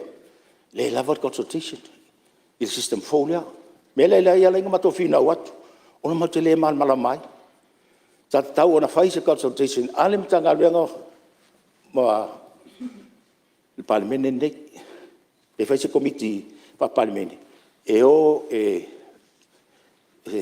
tilo e system le la obsolete. Wai le system le fa pe le le sia so obsolete le sia.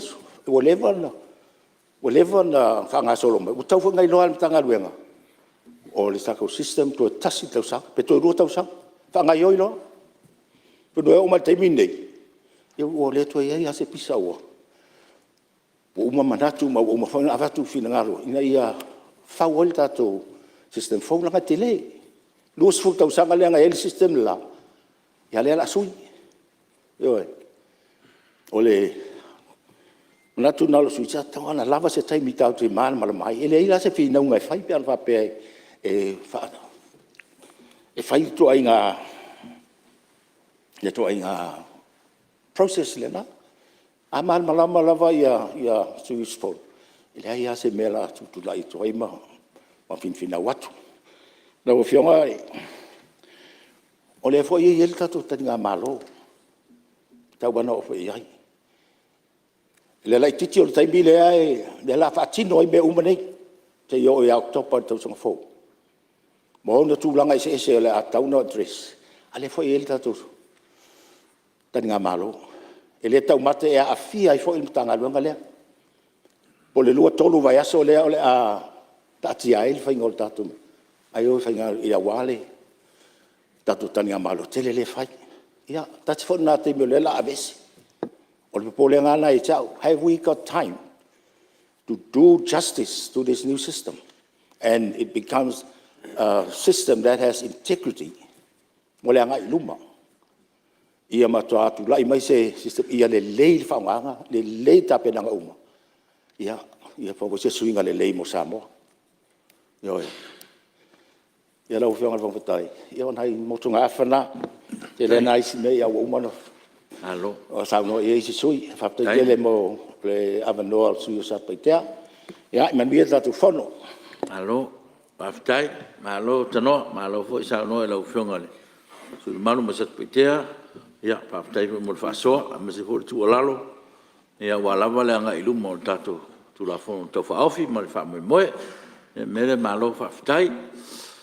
Ya, mai tawatu ya wa te sui te maitai mai alipata tupai lalo.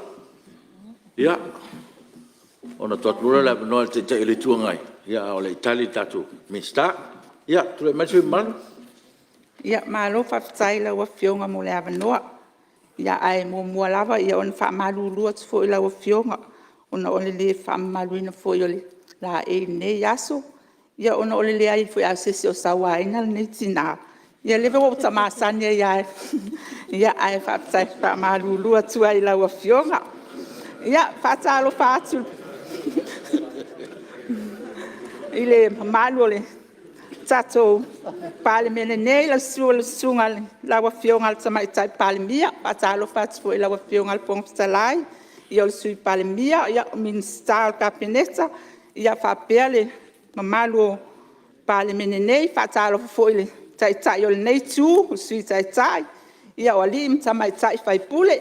Ia ele whangalo ina fo ile tapua i ngā alim tamai tai o whaululunga mtanga luenga tai tasi, Apia company.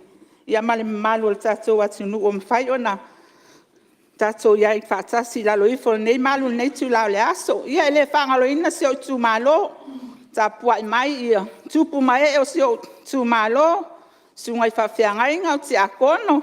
Ia male mamalu lau tele o tatou tu malo, o ale patai tu pa i lalo. Ia e mai seo whawhiangai ngau te akono, ia male mamalu o e olo o tawa suina le vai o le ola. Ia e nai tu o le tatou tu malo, ia malo whawhitai. Ia au le a tau mwhai ati se manatu ele tele lava se manatu ono o lea ua tele lava ia whautuanga i o tima inga fōi pe ona whaailoa ina mai lava i la songa fua se ia o mani nei aso.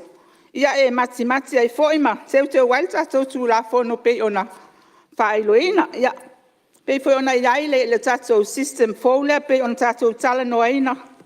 Ia ele i te tonu lava la o ta ita mai tau i te tonu lava o se whale whainga luenga po se mtanga luenga.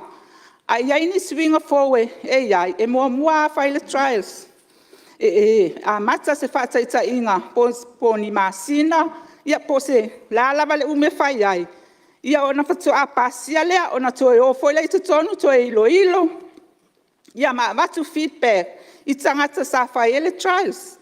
Po iai ni a fianga, ia a fōi ni o nao ngā, i tangata whai ngā luenga. Ia pe whaona i el tatou system fōle pe on tau whaofi. Ia i ale manatu whatau waal nei sui.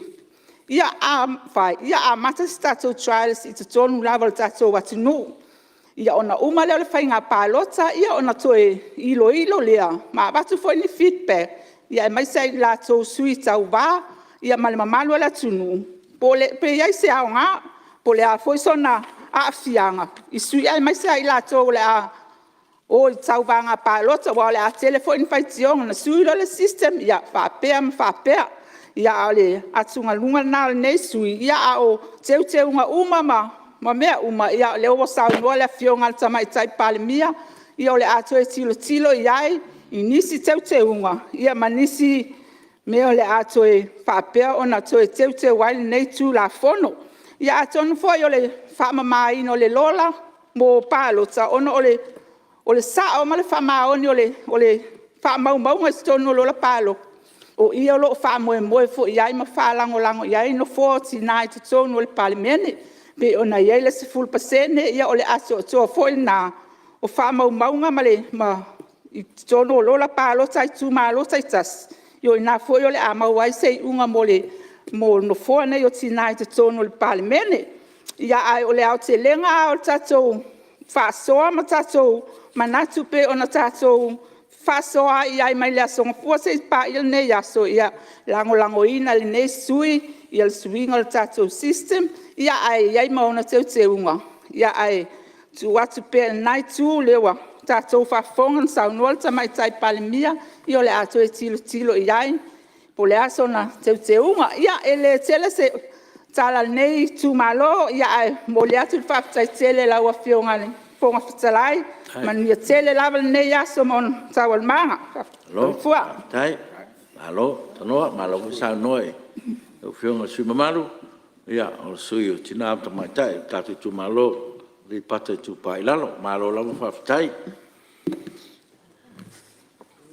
Ia, leo, mai tau atu le tu lai, mai sui whasale anga numero lua. O sewa noa. Ia, sa noa lau whionga sui mara.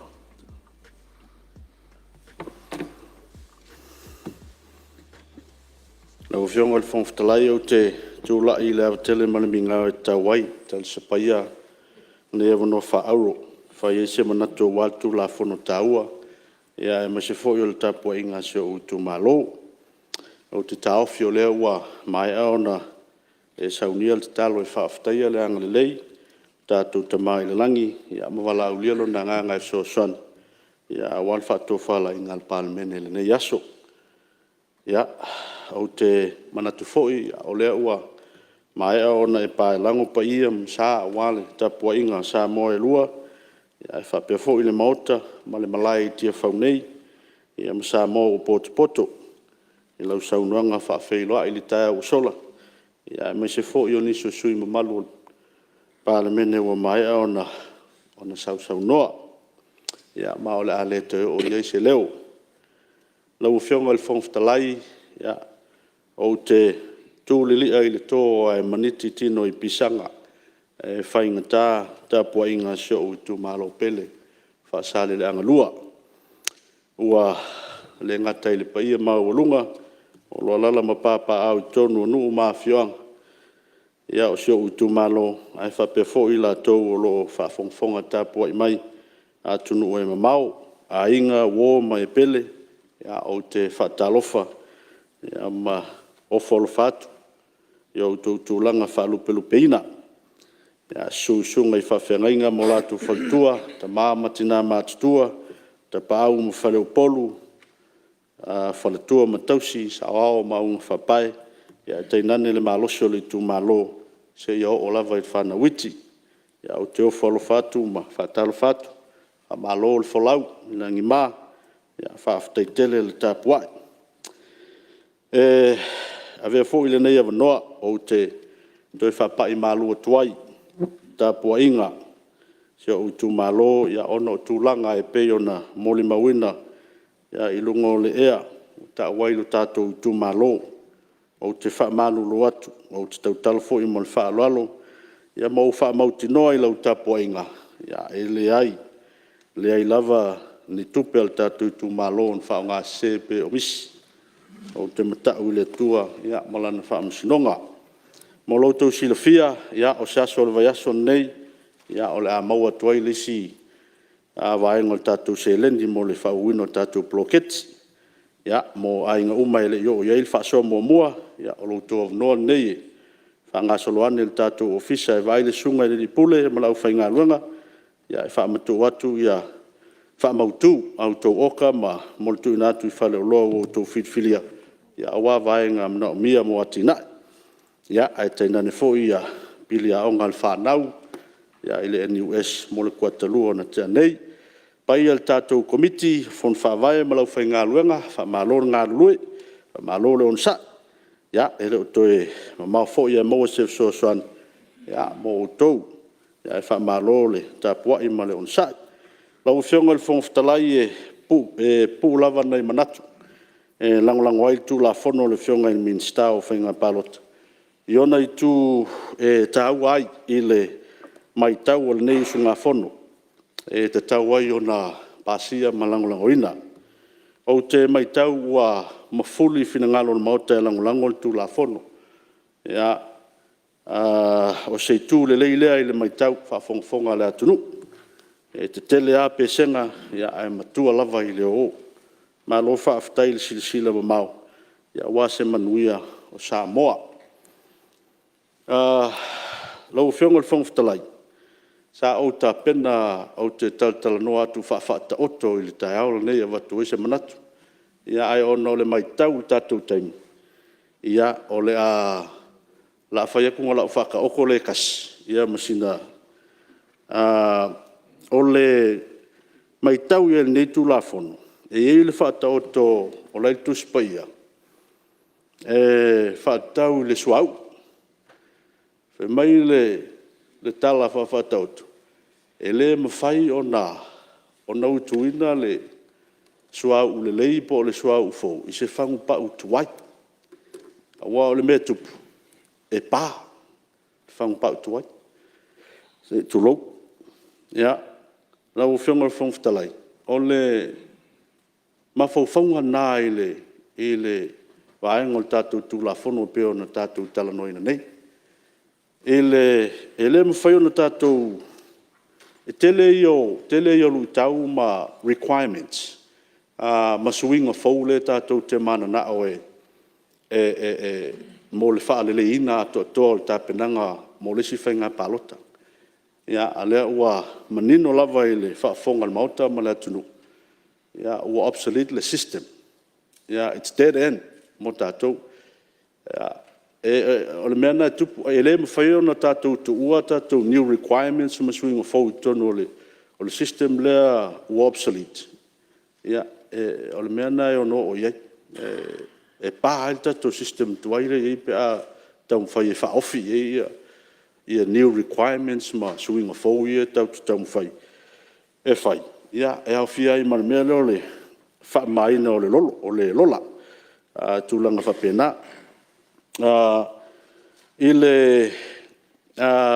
mai taula ia il forsanga manino ale fionga le minister ia em whai ona whapupu ina whapea we have no other option we have no choice ai tatou we have to use the new system technically speaking it's impossible to achieve what we want using the obsolete system in order to meet our new requirements maswinga le tau te mana o e whai pe o le wha mai no le lola maisi me whapena we have to use a new system. Ia utu le sua u fau se whangu pau fau. Ia mautinoa leo lona le lei atotoa. Ia mo se te miumi. Ia economically speaking, it's cheaper to use a new system last for 50 years. Ia nei lo le whaalo tupe se system ua le toi au ngā.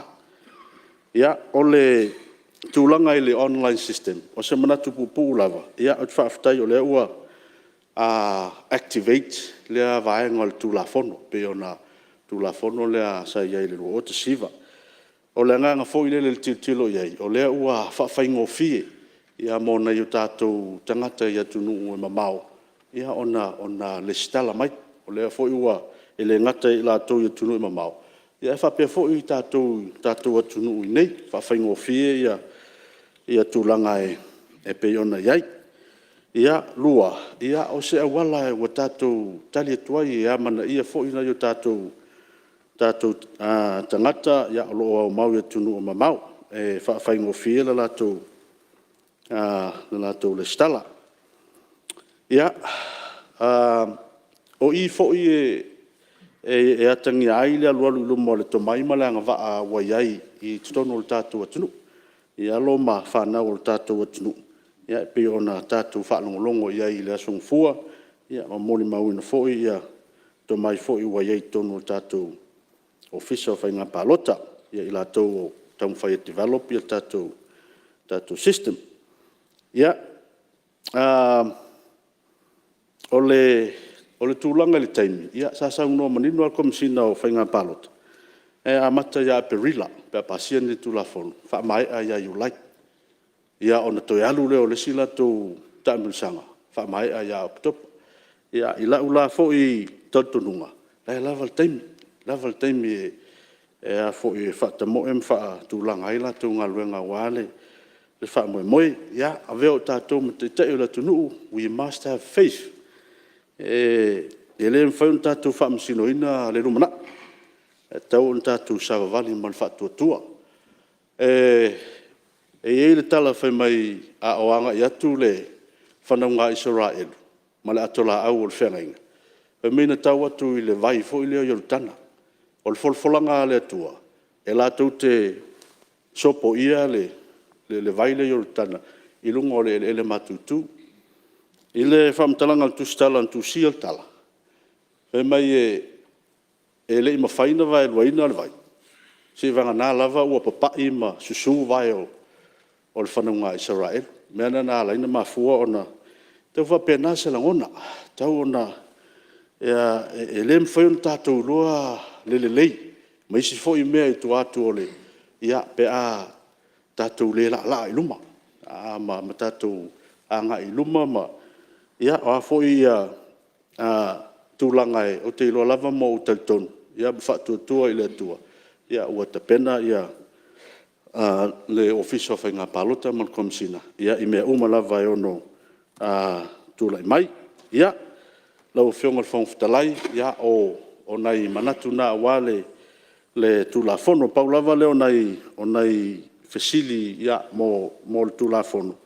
Ia o le a whao ngā aile tātou SNPH fo i lea i le tātou network system i tātou system lea o le vaai fo i le ngai ai o le whaingofie on a monitor ma control ia incoming and outgoing traffic fo i lea ina i mwhai o na puipuia ia a whapopola i masisi firewall malosi o le tātou ofisa i ia ua uma le popole fo i o le mautane ia mesiole o le tātou atunu. Ia, ai le ngata i lea, ia o se back up fo i le tātou system, right alongside i le tātou ngaluenga lea. Ia, ina ia offline pe down fo i system, pe fo i le internet system. Ia, la lava in whaiona whaanga i o i le tātou system offline, ina in whaiona a wana i eise toa. Ia, lau whionga le whangwhitalai, ia o se manatu pupu lea o le nei suis fono, ia wasi o utu malo, ia whaaftaitele mo le tātou, mo le mātou o manoa, so fua me manuia. Alo, paftai, mo le saunanga sui manu. Ia me se foi o le whamoe le tātou tūlafunu tau whaofi. Ia me se foi le anga ilumo le whangasolonga o tātou tūlafunu lo tau whainei tanoina. Ia paftai mo lo sao. Ia na soaswani sui, ia ono leo whaonga taimi ia wā, nisi whaafitau le tumalo. Ia la ua whautuanga le sui mamalu, tō anga e fio le tumalo. Le tala noa ia i tūlanga whapea. Le ia se mea o rua mal mafuta, mali tumalo. Ia pea o iain whaafitau le tono le tumalo, a tono tātu mautofono, ia o tō sirfia. Ia lo ia lava mtau putaua, ma mtau pua ngai anga, ia tātu fontanga. Ia o lau na soaswani, ia il sui malu ia walanga ta wa so o so vai ia fa penale wingole so son fa le uso ia tu le mal sui o falata no tas ia fa tai na o fenga le fonta le mo le no fa le foi se manatule nei tu malo ia manatu ia wa mai ona saungiele tatu taloi tarsia e tato fontanga nei aso. Ia wa fo ia, fo whangama, anat whaali o tato. Mauta nei tai au, nei muli le ngang whaftai. Ia e muli fo le ngang whaftai rau whionga tu sai fo i malawa no tu ina mai. Ai nei tai au ia e whatalo whatu i le whionga le. Tu mai tai Palemene, ia whape fo ia le. Sui Palemene, ia e mesi fo i o sui malu le kabineta. Ia fa pe fo ia Ministerial lango pe fo ia atalo fatu le te io le tu ngai va pe fo sui te ia ma se fo io sui fe pule ia fa top tu lava se manatu nei tu malo na o fionga fo talai ia ole ala le orfia la nga se le nei tu malo la nga tu la fono le o tal no inga ta nei o tu la fono tonu ale Samoa e le matou tumalo. Ia, tailo ia i tumalo, mesi ai tumalo ia tu taulanga. Ai whaftai le whionga le Ministerial, e ona tu lafono. Ia, o le wao mai tonua i wale, mele le sa tupu i tono le matou tumalo, i le tele o nisi eo. O lo fia anga waa i le tulanga le poloketi. Ia petainale. E le mwhaiona anga waa wai le se suitau waa. O le mea la le o ia, le o whaftai, le o a maile i re tula fono lea. O le la li liu mai e la tō pālota. O le anga waa e fo i lai tono le pokalame lea. O le mea le whai mai e o atu tai e le liu. E whai mai e le mwhai se longa a tōrisi fultau sanga po lea. Ia e whaftai a le o atal no inga le tula fono lea mai tono. E anga waa ia te lo sui o le matu tumalo. Ne moli anga whaftai le whionga di Ministerial ia mo le tūlanga lea. O le tūlanga foi lea e le tūlanga whapea o whaisinga te le vave tele o le tūla fono lea. Ia a o le fisilia nei tūmalo. O le tūlanga lea o le vana mo bia e sa fisilia foi tele o sui. I la pālota, whainga pālota o mai ak. Ko kaunga ngā whamamale lola, kaunga whamamale lola. Le lau Ameriku la fongo i whamamā ele lola. Ia la fongo koe saungo Amerika lo sui. E koe whakeringese, koe kuku i kua. O le fisili la ngetu, o a whea la e koe whau ele mele. O a whea. A le kaimi kongu wale ngei, o le wa mai kongu. O kau e longa whafo. O kelo whinga pāloko leo, ngei sa e mea ngā kupuai. Ia, sila whia le kelo sui kau wā. Kelo pāloko whale au ngā inga i kongo leo. o whainga pāloka, mā fua cha, mā fua male lola. E le kāka o pāloka whaalua, whaunga mai ia suafa o e o māli liu, ia po o malanga ia kungu mamau. Mea ngā re sa kupure i le kulanga o whainga pāloka, mā fua male lola, le wha mmaanga. Pea langa o langolango inga i le kula whongo lea, wha mmal lola. Inga ia kako ka alo mai kongo whainga pāloka. Pa pe o pau ale ole o se au penga po se me whainga aluenga au kū ale. Ale whionga le komisinga male officer. Whaalango lango i e lako ngā aluenga ke me whainga pāloka o le lola pāloka inga ia mamā ia mawha mau kū. Ia or kulanga foi lea sa ngō mai e ke longi si sui foi po mga ko foi whaaria i kulanga lea o le o te whautuei dan sui mamalu, sa au ta ua le mele le anga i sa unua ngai sui. Sa unua sa o lava tato tūra whono tau whaofi, ai ta tia le whionga le minsta o ia tonu na o le atari foi tau pa i o le mauta. Mele te sosone atu sui mamalu, ia sofi na ngalo whai tu malo o wale tato tūra whono tau whaofi o mo mea. Ia, whaftai lau whionga pari whautuanga. Ia, moni, ia peo souluanga langonda. Ia peo na whaalia e tūlanga nā. O le tūlanga hoi lea lea e o ia whapembai e o ia whai pule e o piki mai ia tangata pālota. Ia, o lau katkonga e ngā kulanga e le o hapea o whakarikari mai ka ngā kasi o aku ia ka konge piki mai le ai. O whinga ngalo ai o ka ngaka o le fio mai le skala ma le fio mai pāloka.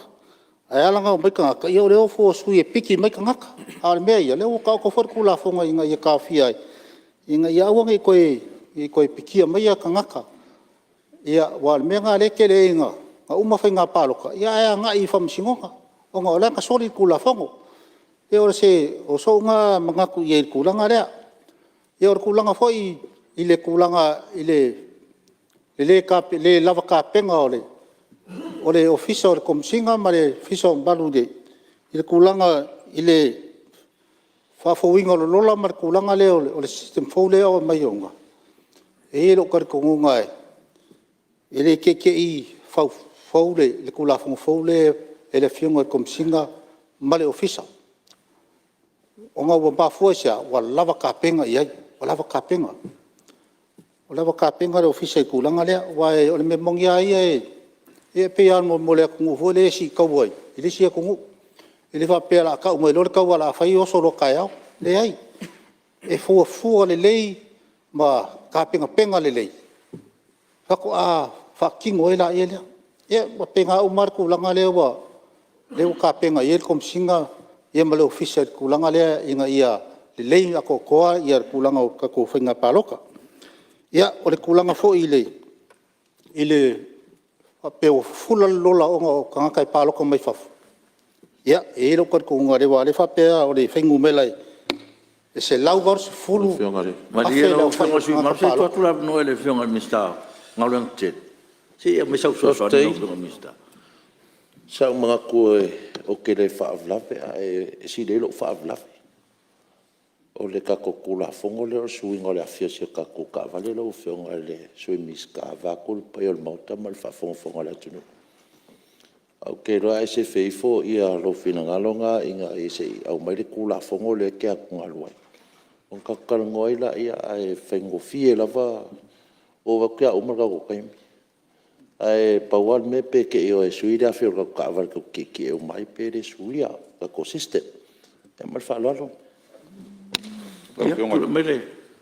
ia se tu le mesuio fala tu mo tu tai au na sa va pe si mai an e li fa opunga le sui malu ni fela matanga ha pe kilingi le lola langa pa lo kam ka fioki le asi so tato le mana kilingi le lola a sa unonga le pe pa lo ka fioki ka marulu ko ka unga vese a fai nga kisi le fia nga ka fioki a pa lo ka taluai o ka ka menga fa mongyang tanga le lo fa fo mai la to lo fa nga luenga mai sa fai le ni tau tu man fa lo fa ftai ia fa ftai mo le so so ni sui maru Ia, langa le sa, e ta ua tulanga le palase.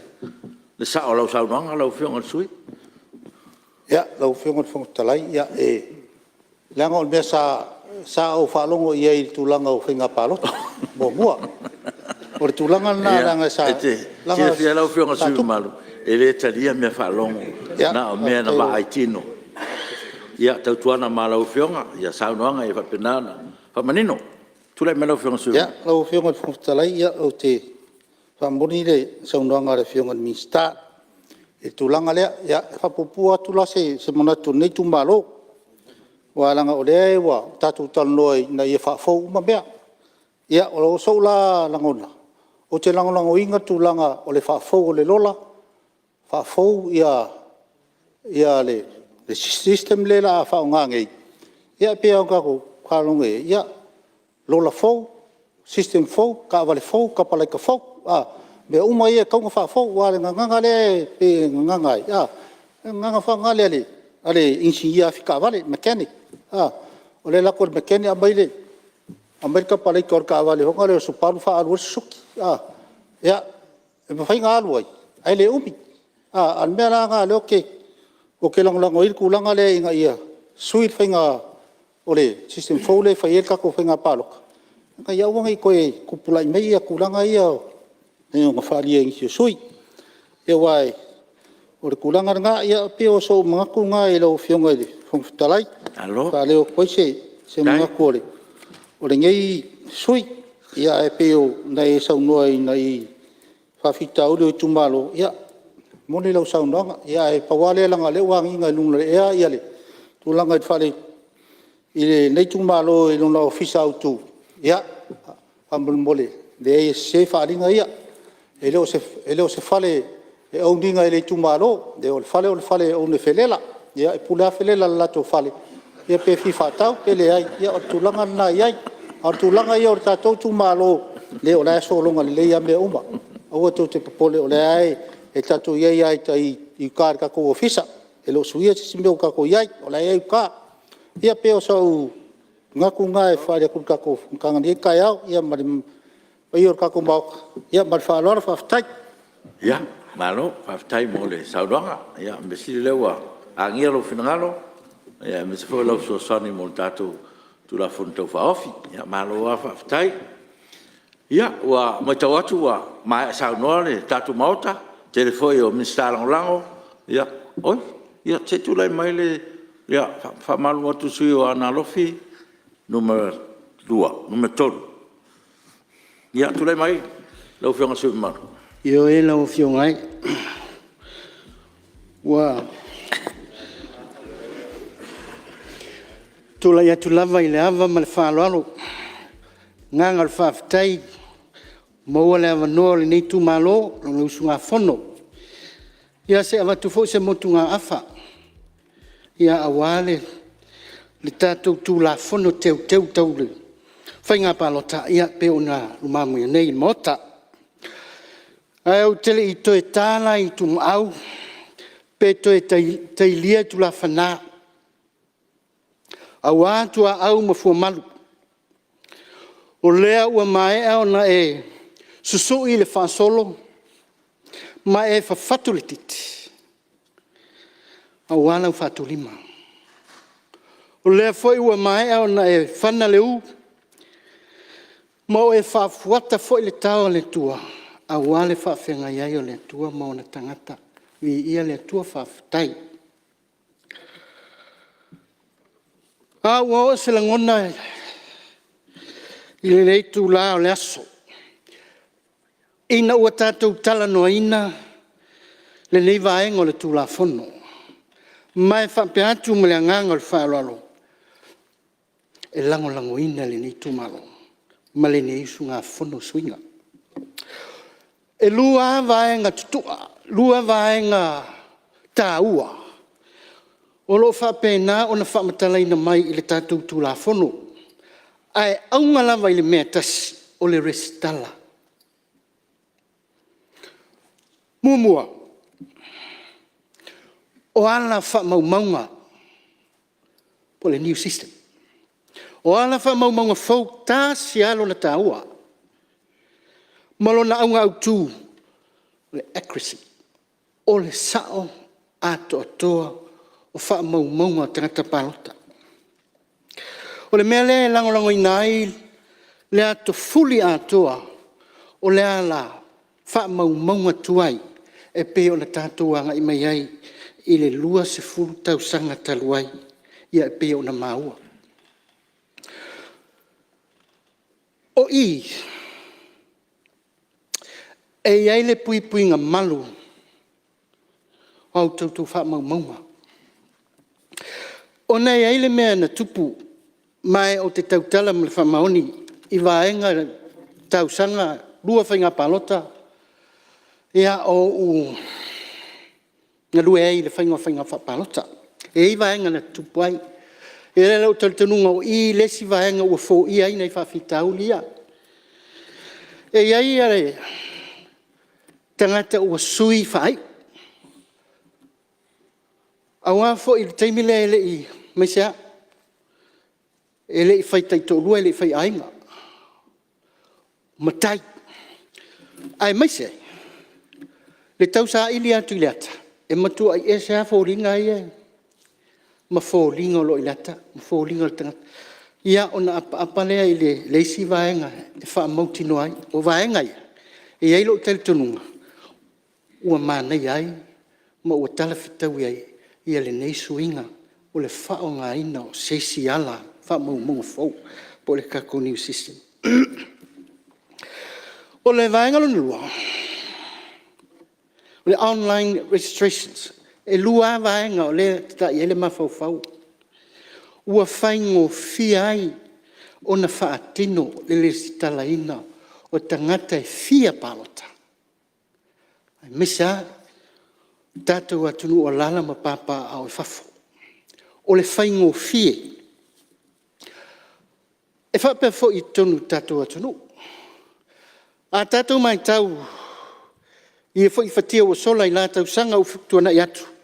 I le vai taimi uti no ua tau whaamutaina i le resitala ino o tangata palota. O ine tātou mai tau inai le lolofi i le taimi muli.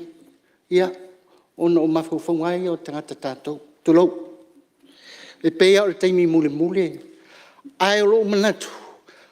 O leisi lea au wala ua whaawhaingo fie ma vave. Ia ona whātau nuina. Ia le lesi tala ina o tangata. Ia wanga waa mu whainga palota. Ma le lona lua. O le whainga ua tātou wāmana i ai. Nei o tātou tangata.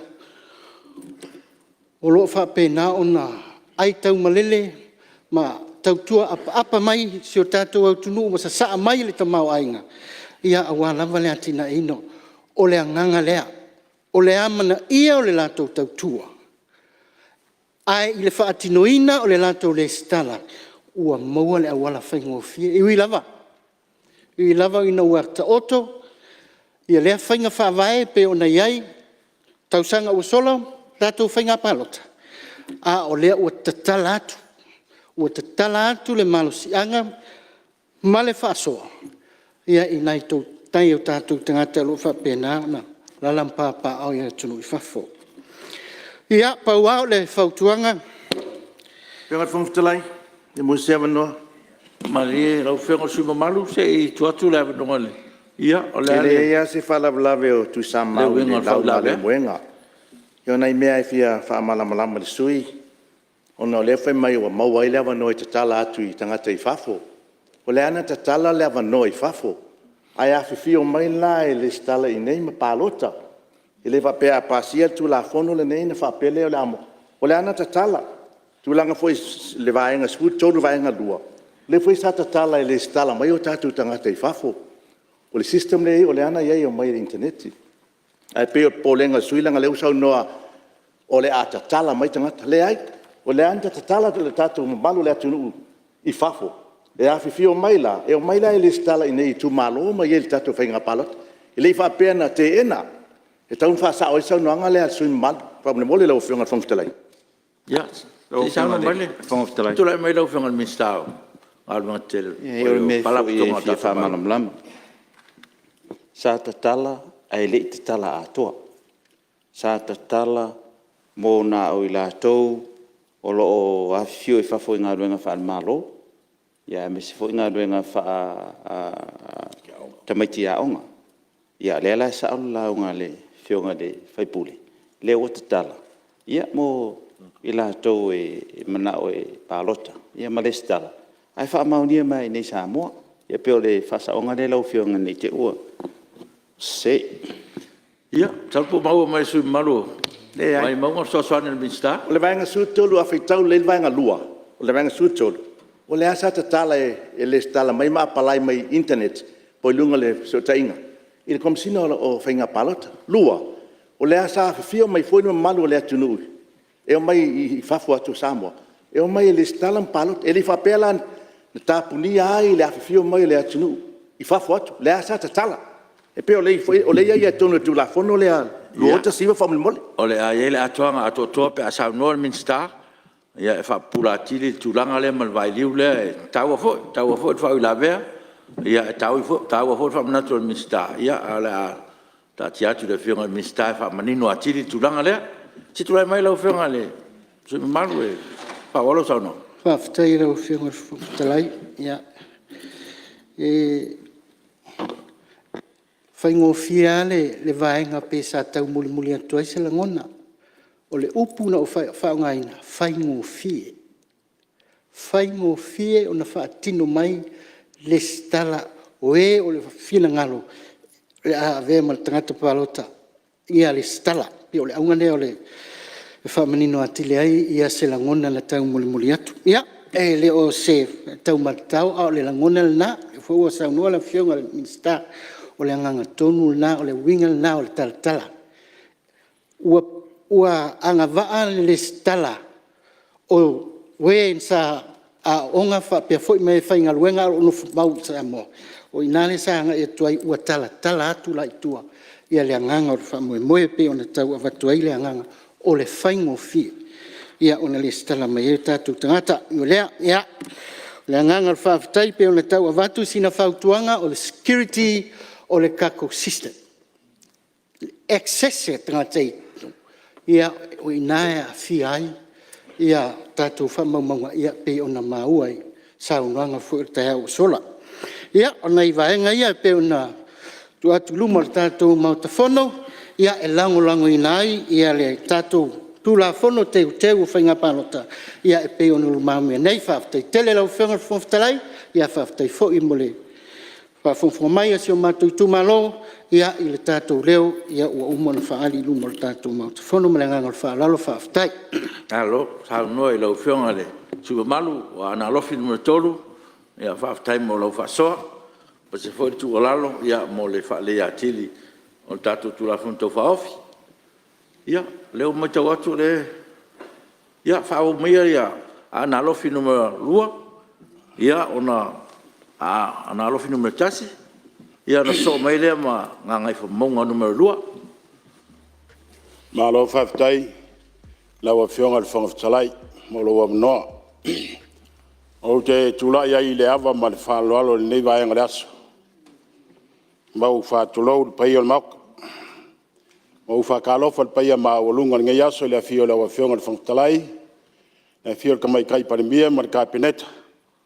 Pai a maolunga i le sui Palemene, whapea foi le sui whanguftalai, minsta lango. Ia whapea foi le taitai o le nai tū, ia man sui taitai man malu o sui o le Palemene. Whatalofa foi, pai a maolunga i tangarwenga le malo, ia tangarwenga tu maoti.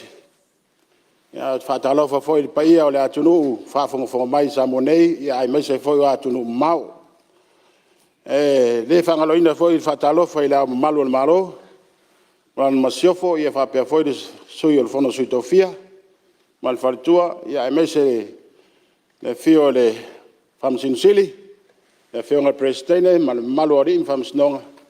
Ia e mese le tangalwenga. Le ngalo foi le whatalofa i paia maawalunga le au whaingalwenga Tofi o le tua. I so se whata whaitaulanga i tono si o tātou atunu. O se leo le nei tu malo e wha lawa whionga le whanguftalai. E le umi ase manatu. Wa ta tonu le nganga ma fa moe moe. Wa tolu nei aso le fa moe moe ma le ilo ino le nei tu la fonu teu teu. O le fainga balota. Ai fi moli de nganga fa tai le fionga le minsta. Ma le fionga le komsina ma la tom tanga le venga. Ma lo ta pena. O le nganga le nei sui. Ma tu ai o fa tai. Fa tai de ta pena ino le nei fa moe moe. O le nganga le nei tu malo e ioi. Ma lango ina le fa moe moe. O iai le fionga le minsta ma le mtanga le venga. Le nganga maulunga fa tai ta pena. Fa tai sai ili. Le ala fa tino le nei fa moe moe. Ya wa le anga ilumo Samoa mo le tau al manga o le tatu watunu. O le tulanga maulunga. Ya o tele fa fitauli mo lu tau. A le tatalo i lawa fionga le minsta. O le tele o lu tau ma fa fitauli ma fautuanga le wa watu. Ya e fautu ai lawa fionga. Ya mal malo le mtanga le venga. O se la ngona fo na nei tu maloa ana alofi numetas. Awa le nganga maulunga. Ia e pei ona saunoa te mai tai palemia i suinga iai te tabari tuai ma le tabari fau. Pau ale nganga le tu malo nei. Po le are tu inga tabari. Pau ame ia fau. Ia fau tabari. Nono winga. Na wa fionga le minsta. O te msalo la wa fionga le tabari leo tabari fau. Malma malu ala mutanga le venga. A faila e alu tau al manga o le whainga palota e pāpa. Faila tua ia. Ata le tū la. Whanoa noa le tū nei. Ai tua ia le whainga malo. O le tatalo le tū malo. Ta pena lei. Aua nei iai se whawhita au le tū lai mai. Awari taimi e pe ma pai pa e toi tu me tu. Le disi ala u. O le ala lea. Ia malia la fionga sui malu nga leo tu lai sui o sat petea. Aftai. Ia sa ang longa mal to el sa no nga sui malu sui foi. Le leila na to fam la na flaf. Ai si vai nga leo fa pe mai. O le afi fiel nei tu pa si me fa le tono tato system. Ele se nga fa pe na lo fio. Langa a fia tato system. E a fia uma tato. Ele fa pe a fia na le tu la. A fia uma tato. Pe la nganga na on le fa ngautu pe o le fe me a. La avta vale le mista. Ya. Fa to ina la avta vale le mista. Fa le tato pa o le pa. Ya mana fa lo fio. Nga fong te lai fa sa ina taimi sui. Sa no se stringa ta vale a. O polenga na sui vai mongo. A mai ngele electric car. Fai tau se lau afe le tau. O le nganga na le sa fai atu le system. O le tau ngata o tupe alu ai. Mai fea tupe tongi ele electric car le we mana oe. Pe le nganga na fa lo le fa sa o isa nuanga. O le prima na o sui ele fa alu tupe. Al polenga. A puti o tatu tupe. A mai se ta vale tal fea ngai. I ta mau a hinga lo isa tu atu. Ele mana misa me expensive te mili nei. I me le nganga fa lo alu. So ni atu sui. Manu fa ula vea ia o ngona la vor suia ia o la unga foi fa fono ia ai le o lo ia le to fa ma fa tutanga loto le minsta ma le office o tato fa nga palota ia lo fa nga sui manu ia pi sa fo sui o sat poitea o ta o fu le tu ana e la un sa o ia se tu lai mai alo fa tai ia mo fa ula vea foi nei vai nga le la unga ana numetas. Ele e se nganga e telin tu pe alu ia mea. Wa tele o fa tu fa tau sta vale la po. Ya, o lo wa ma tu pole alto nga ta vale. A fa tau ta vale tite la tite tu pe wai. Ale nganga ba ia fou ta vale. Ia fou ta vale malanga ai. Yo le alna. Ao le tu malonde e ava fa lo alo. E se be te pole ai sa no nga fa ila vea. Ale nganga ba ulunga. Ia soi le fainga palot. A wasi no mona Samoa mo ataya. Ia na se tala fatu tu se len fa ia tu. Ila tavale. Ia tu lo wa fionga al minsta. Ia wa te lo o la wa fionga le fa fo ia nei tu lang. Ia le nganga mo lungo nei tu malo. Ia o bona ia se fa le tonu o nei fa mo mo. Ai matu ai lango ina nei fa mo mo. El nei tu malo. Ia fingalo wa ia nei ia le tatu fa nga malo. Ma le nganga fa lo fa tai. Aftai, malo, aftai mo sa fo su malu. Ya, ngai fo maunga numero 2, lo avanone. Whafkai lau whiunga i le whungawhikalai mo le makua vangoa. Ia, mangaku fōi ua vela le whala le mauka. Ai, kaukala fōi le awa ma le whaaloalu. Ia fōi onga māku whakalo whaku i kūlanga aloa ia. I le whio lau whiunga i le whungawhikalai. Ia, ai ki ngangi fōi le sui whungawhikalai. Kalo whaku fōi le whio lau whiunga ka mai kai Palemene. Sui Palemene ma le senga ka pengeka. Ia ki ngangi fōi o ngei kū yung kūlanga whaalupe. Ia le whio lau whiunga ka ikai o le kua ngai le sui ka ikai. Ia, ai ki ngangi fōi o le maabe ese o ngai kū ngei vaenga le aso. Langi soifua, langi makafi. Awan ngei aso ma le whaamoe moe o kako Palemene. Mako whakalo whaku fōi le whio lau whiunga i lau malu o malo Samoa ma lau masiofo.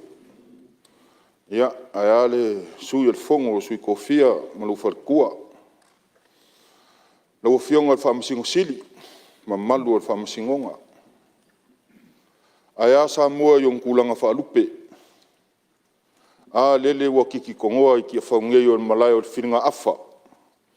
Marka ngā mamangu wa Samoa e ala i sui kai kasi o i kumalo. Leo ka kou lau rua fisirwha i ngei vaenga o le aso. Ma kou mangaku la e lea koe ka iu ku maausa ma kou whamakalanga pe koe alo le o ngā sami loko. Ai pailoa i le si or ku ia kua awale aso mal whamoe moe. A o le kula fongo kau whaofi o lele ua ka oko ngei runga lau lau a fongo. Ma kou mangaku le amaka aku sa ma kou whamakalanga i le lola paloka. Ioe makarikongu ngei usu ngā fongo. Sko whawha alualu ala o whiunga le miska. Ai ke ngangi fōi. Lau whiunga le ofisili ma le official whai ngā paloka. Ke kaukala lava i le awa ma le whaalualo i lo lava i kumalo. E o mai le whai ngā paloka le ngofua ingani. E le i ave e sea e ua maliliu. E o malanga i whafo o ngofo mauai. Pe o le ala lea e lango i ngā i ngei sui. Se lola fou, au se suinga fou. Onga o le ke le o le a whainga o le ngei kumalo. Onga o lo o iaikanga ka ese i whaleaka. Maisi i kumalo ngei, o lo paloka i ngei kumalo. O le ala ngā. E ala inga mākou lango inga. Le whamamā o le lola o le whainga paloka. Si vaenga mua lea lua. Le si kala inga o lola paloka. Ka kalo le anganga mal whaaloalo i lau whiunga le mingiska ma le ofisa. A whaau. Maua se awa ngoa o le ofisa a wangu ka ikasi. Alala whanga mai kumalo i kumalo. Ma kou kele a wai i whong whaavai. O ngai le malama uma sui o whong whaavai. I ngu ue o mai i ka ngako i ngu ka ikasi. O le ala lea ma kou ke kakalo ai. E ape a kofu le ngu ue le kumalo ma le aso. Whaanga solo ai le whaamoe leo leskalanginga o marsuinga o lola paloka. Longa lua.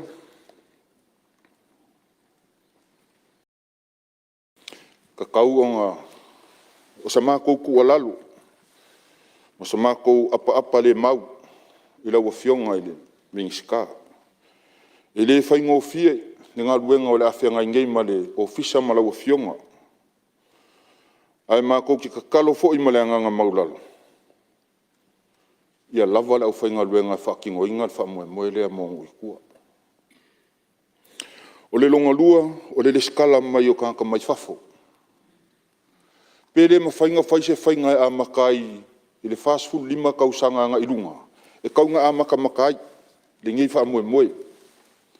Wa a fua ia i le lua furkasi. Ia, peiang ka koiloa nge vai kau. E le whaingo fie. A whaalongolongo fo i le saunguanga ar kako moka. O kua lalo. O ki mainga. O ngā ua lafo aku i lau a whionga man makanga luenga. Mā ko mga kule o lalonga ngā. O le ngei kumalo. Whaaleo ai le nganga lango inga o kula fongo. Inga ia malu, ma puipuia, mea ko kingo, a warfa moe o rumanga ingi. Na o fionga mingska, ia pei anga whaakusa isi o kawale, kuai mal kawale fau. Ka kou malamalama leia a koe li per kawale kuai e alma pe lua masinga, kon masinga koe pe. A whaalu singa se lingi whakau wais kawale fau pe o ngā nginga i saunga isi, umi fo i on ka kou whaonga. A whaiwa ka kou whakukua inga alo ma whangau, ngā lako a fua inga ngei whamoe moe le system phone ngei. Aver ka kou lango mar ka kou whaukua, mar ka kou whamalo si au. Ia kau i mangu le whamoe moe ka kou whainga malo.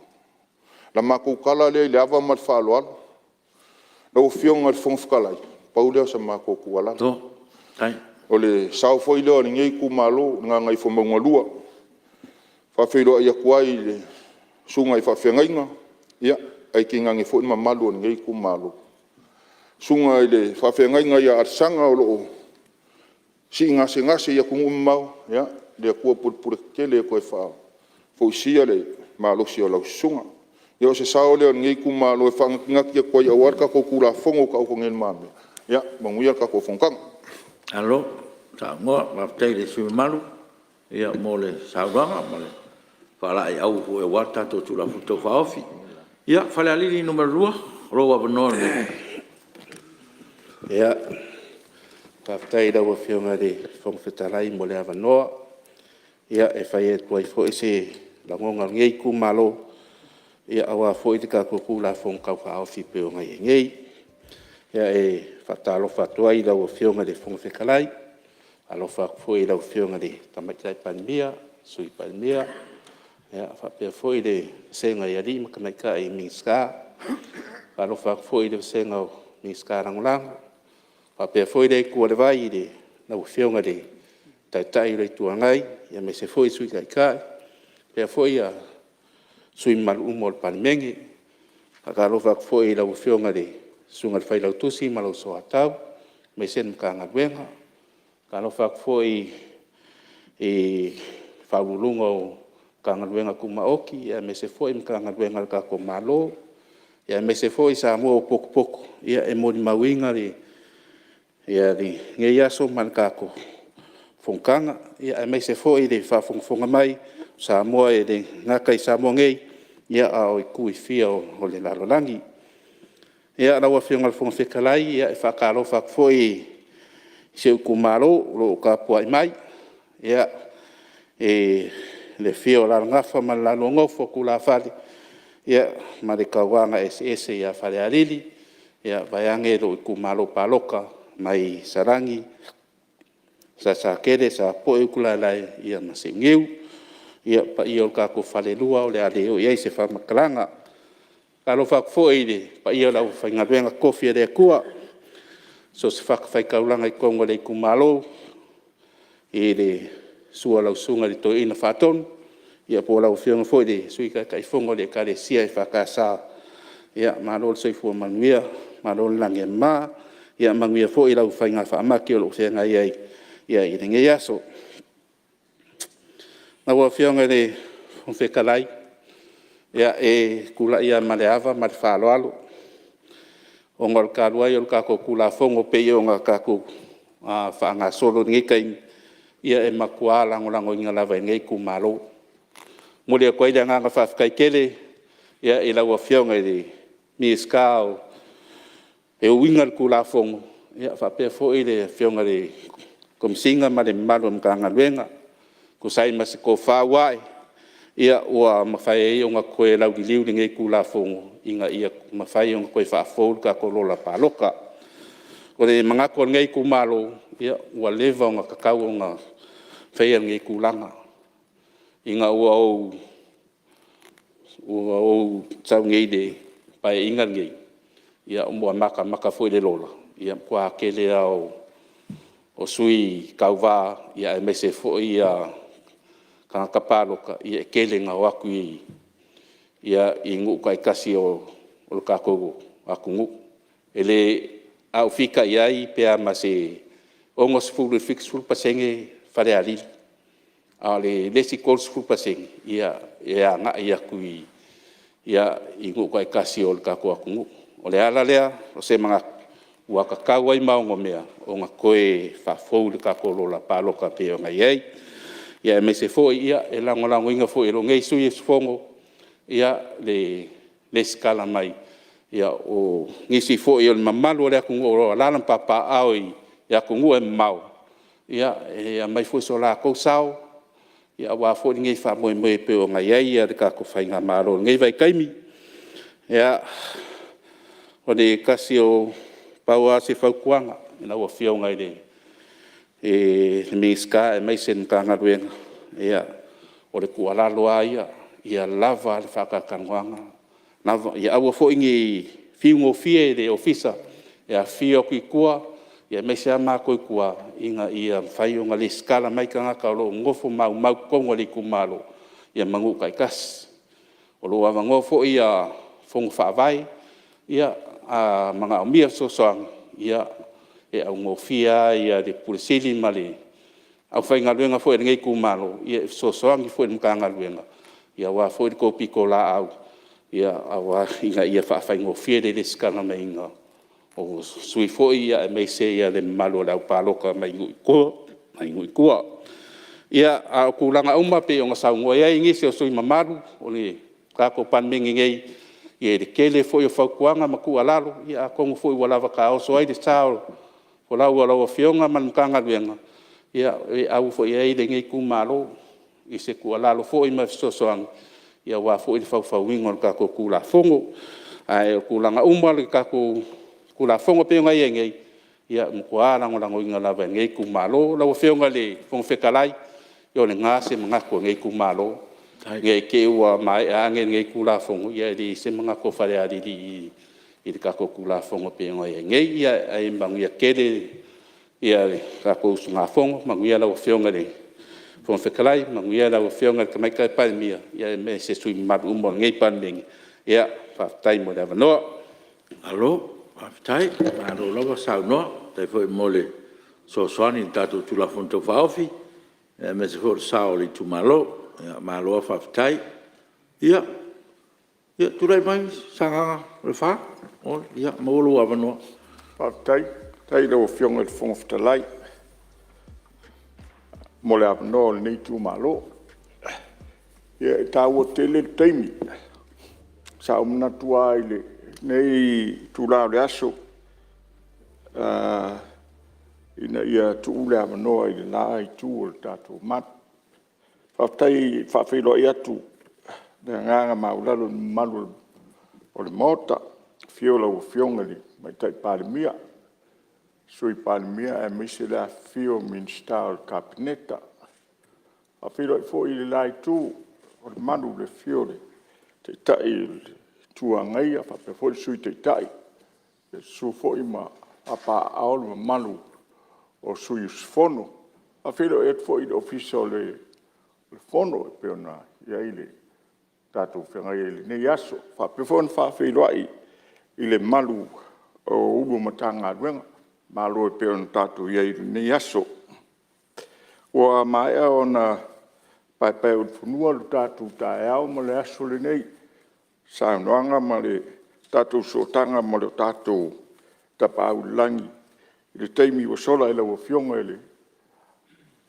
fonga tatu bauta am not why the nei tu la tau na ye sao o le nei tu malo tu sai male tu la fono tau fa ofi o ia le nei mai tau a senga fia pe ya to ya o sui mulmuli o le no fanga le nei male tu o mota ia na so lo le ma te ta le tuanga le ala o la talata lunga wa le wa o tulanga le pe ona yele ni yaso fa filo etu le matu tu malo fa tai ta po a fio a inga fio ta malo sina su alo mali toa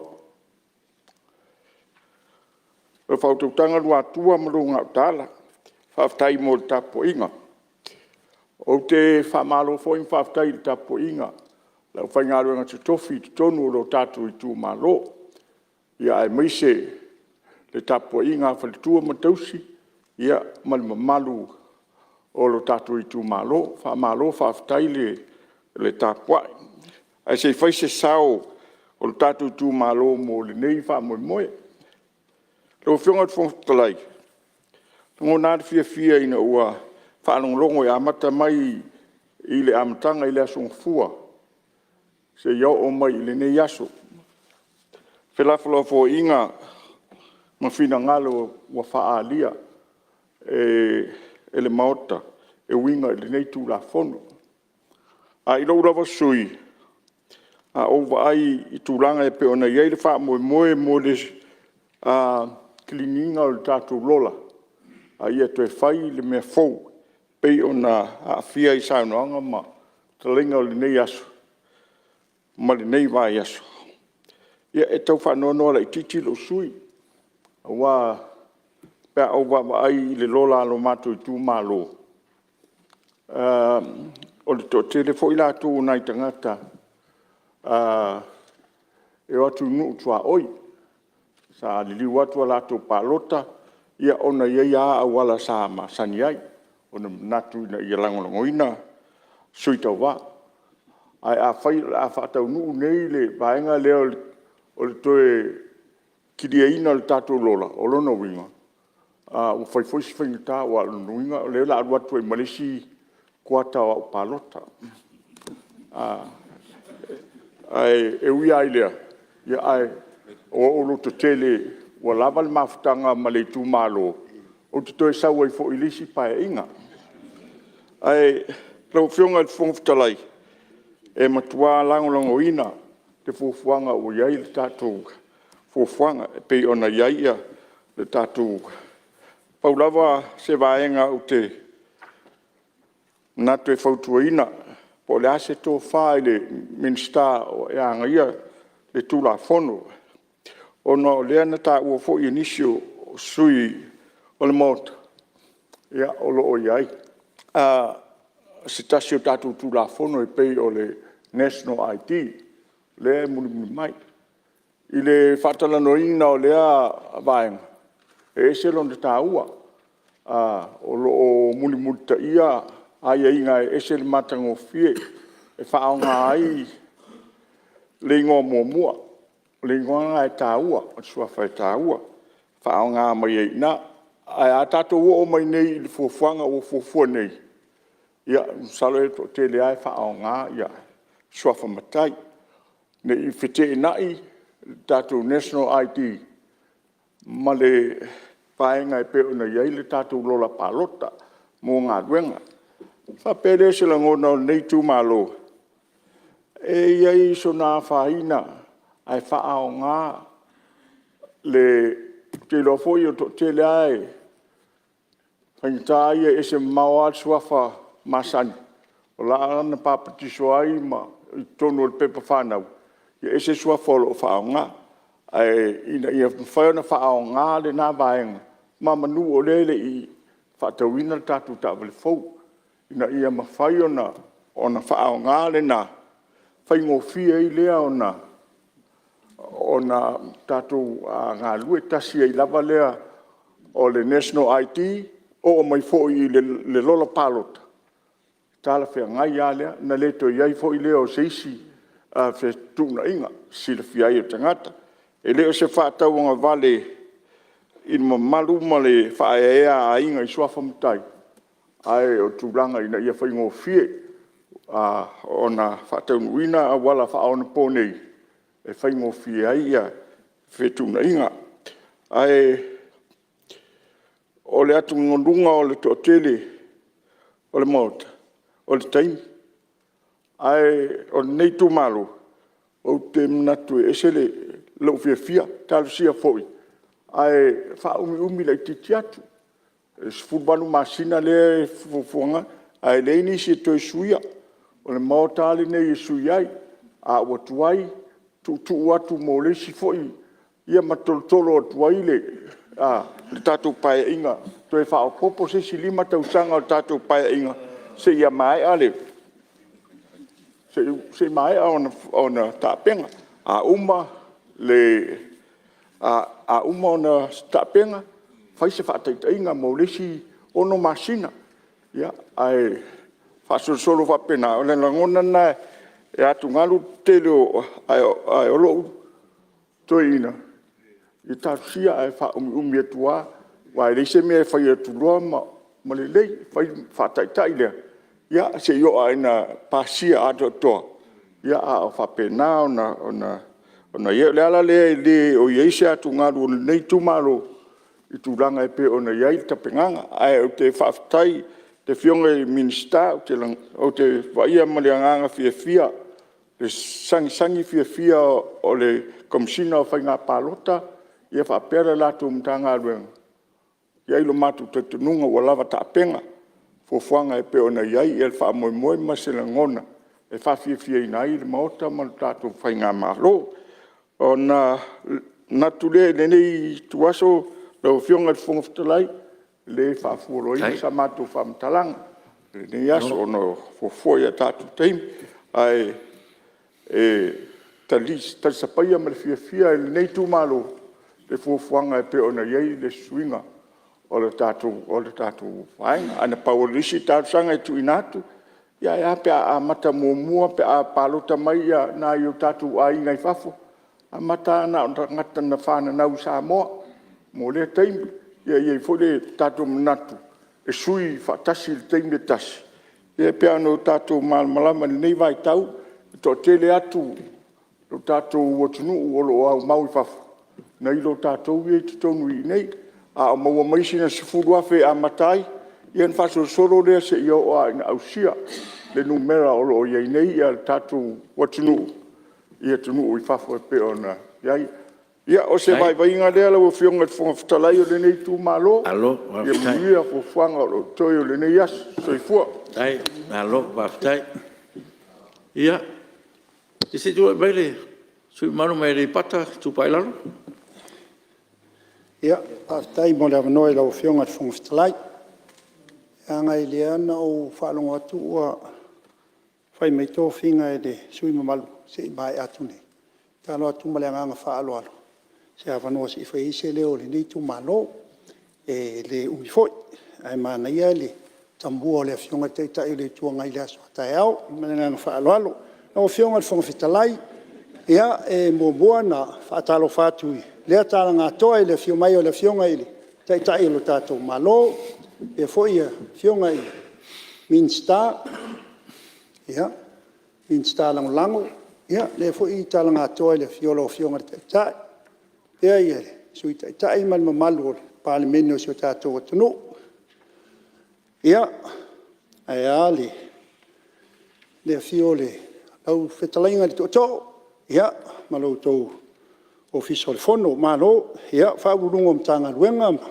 faalapototoga tumaʻoti o le tatou mālō lava le apapale lo le ona saʻi ia ua tu le tapuaʻiga Samoa la le toʻi ai se faamatalaga nei sui ua maeʻa ona oo mai ai ia toʻatoʻau o sio tatou atunuu paia ma le mamalu o sio tatou atunuu o lalai so o se tu o le kelopi a o se faamatalaga e aua pea na o pea laʻu faamatalaga i taʻitaʻi o ekalesia e fia o loo faapena na latou fesoasoani e tatalo auā ia manuia o le tatou palemene nei ioe e le gata i Samoa nei ia faapea foʻi matonuu e mamao lau afioga i le foga fetalai o le tatou tulaga lea pe ona faapoleina ai le tele o sui mamalu o loo ua agaga fiafia e faailoa atu pe i lau afioga o tulaga pe ona tatou oo iai e le tele o vaega o le tatou tulafono o tau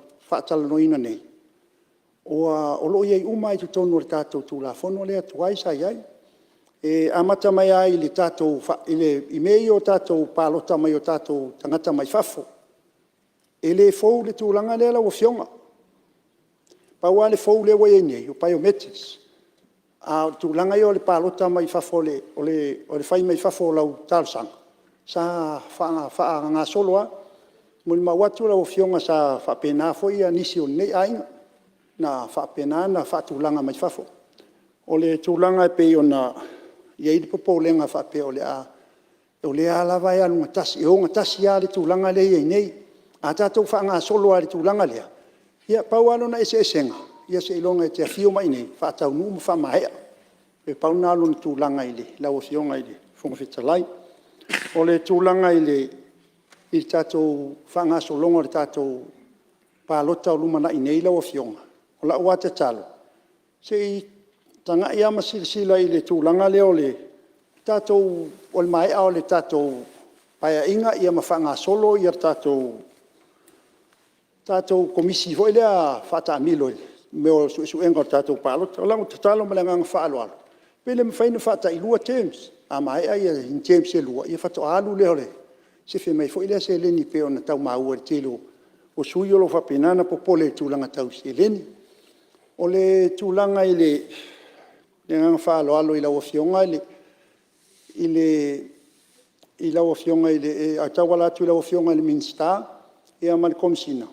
Te leo waenga o le tātou pālota o lo whapenana whanga solo i le tātou por kalami fau le lo whanga solo. La ua te talo. Ia o te wha talo atu i lau awhionga ina ia whapenana mana ia le whanga solo i nu. E ona maua inisi o saunoanga. Nā te talo atu ai mana ia wha solo i nu. Ona tūlanga la lea pe ona tā ua. E ia lau whano noanga lau awhionga. O peita o se tātou atonu.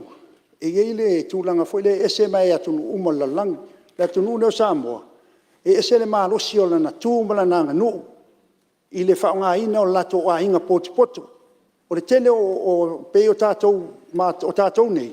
E tau te nonofo i Apia. A le tau tua alo mwhanau. E tau tua i ali pata. Le ala e le fau le whaapunga lea na whai mai tātou tūlafono. O le mea te ala lai e te pālotai. A le tūlanga le pe o na tau whaafonga ye. Wa pe wa tau ai le mawhaina a whapea e whaataulo whanua i nei Apia. E te nofo ai. Whetena inga na malwaenga le tūlafono. Malau whanau. Ai tau te mea whai umalo, nu malo tūmalo. E te angai ai. I nei waenga nā lau whionga. Tui nā tue, tate talo atu ai. E whapea nā tato atu nu. O sa moa ia e se mai a isi atu nu. La una talo leangang maleangang whalo alo. Se toi tangtanga ia lau whionga il Minister i tūlanga ia. E le whapea e ina ngalea na tau maua e o nisio. Taipe ia o tūlanga ni na wharia nisio sui. E ili popo lenga fo ilea o leonos o le whapasene atu fo ilea o tangata no no fo tongu no loutu malo. Pa tangata e whai atu. Se o sa moa e whape nā e te nofo i Apia. E te tautua i loutu malo, a e te alala i Apia. Pei la e tau white na e matulanga na tula fono malanga whaalo alo. O la o mātou lava te talo. E langolangoina male fia e le neitu malo i re tātou tula fono. Pawana nai vaenga pe ona o tā ua. Malanga whaalo alo. Taro atu fo i le whangaso longa le tātou ngā luenga o lolo manei.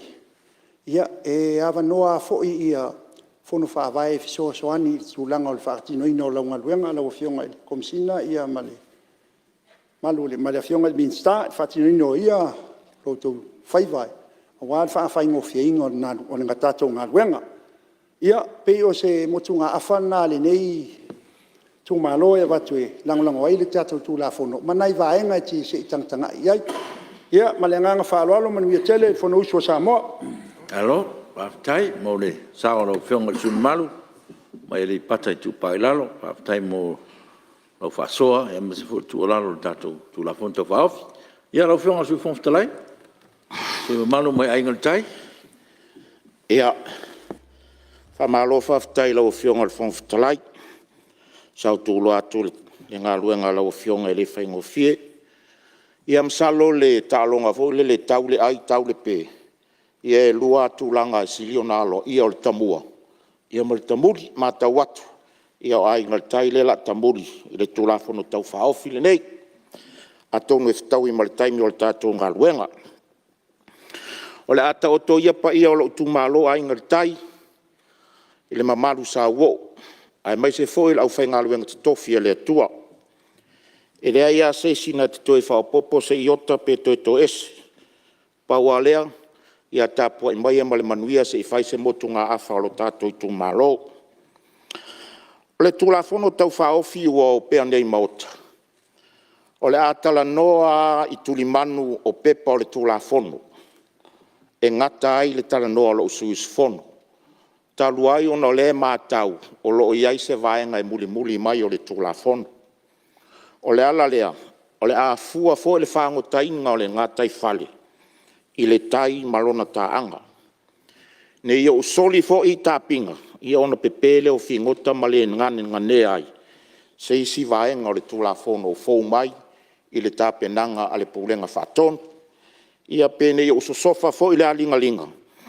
Ia o le whato whala inga le pulenga whaton ua o lo iai se vaenga o le tūlafono. O lo o muli mai e atoa iai, ia le tino o le tūlafono. E lua ni vaenga tāua le tūlafono leo o mai tauina, whaaffaingofia ia, mua o le lola pālota. Lua o le system tau te whaongaina. I la ula tilo iai. E tau le lilifa tele so vai ngai le upu lea whaamama le lola pālota. O lona winga, o lo o ave na o se vaenga e ave ese ai tangata pālota mai le lola. A le upu o te fia whaongaina. Tā pena le lei le lola pālota. Awa e iai e ono whaopopo i le lola pālota. Ono utau a mai e lei se vaenga fo lele maasani on whaongaina e whaia ongan mo le matematika. Tauna whai iai se equation fo i lele. I on ta oto mai lea o le ano liu o le tulafono. O le lola. Sa ufsilingia le whaurulunga por komsina whai ngā pālota. I le asor tātou proceedings le asonga fua. O le tali watu ina maila o fionga le whangawhitalai, o le lola foua le lola le la tāpena. Ia maa lo whawhitai lo fionga le Ministerial, o ngal mitanga luenga ma le fionga le komsina. Whawhitai mo se whātou whala inga pe a whai wale toi ao ngā, ona tātou whaongaina le system tuai le ona iai, pe i fo ona iai whelafo inga i le maota. O la ula tilo iai le tāpena inga se utala noa mua i le lola. Whaingo fie i o le tātou ngā luenga, pe a whai tātou te oa i vai li o le tūlafono leo amatana mai. Wa e fōringa mai na se 2% o le tūlafono atoa, o whai ngā pālota leo a mai. Leisi 2% e peo no tāua, ia o le fōu ia il pūlenga, ia mesera o fionga le tamai tai Palemene, mal kāpeneta, pūlenga whātonu.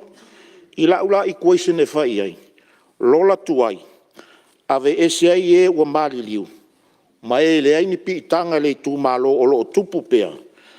Ia e tu iai lato o leo wau lia le lua sutasi tau sanga o soifuanga. A e maintain ai pea tangata e tataua ona no nofo ai pe le tu malo.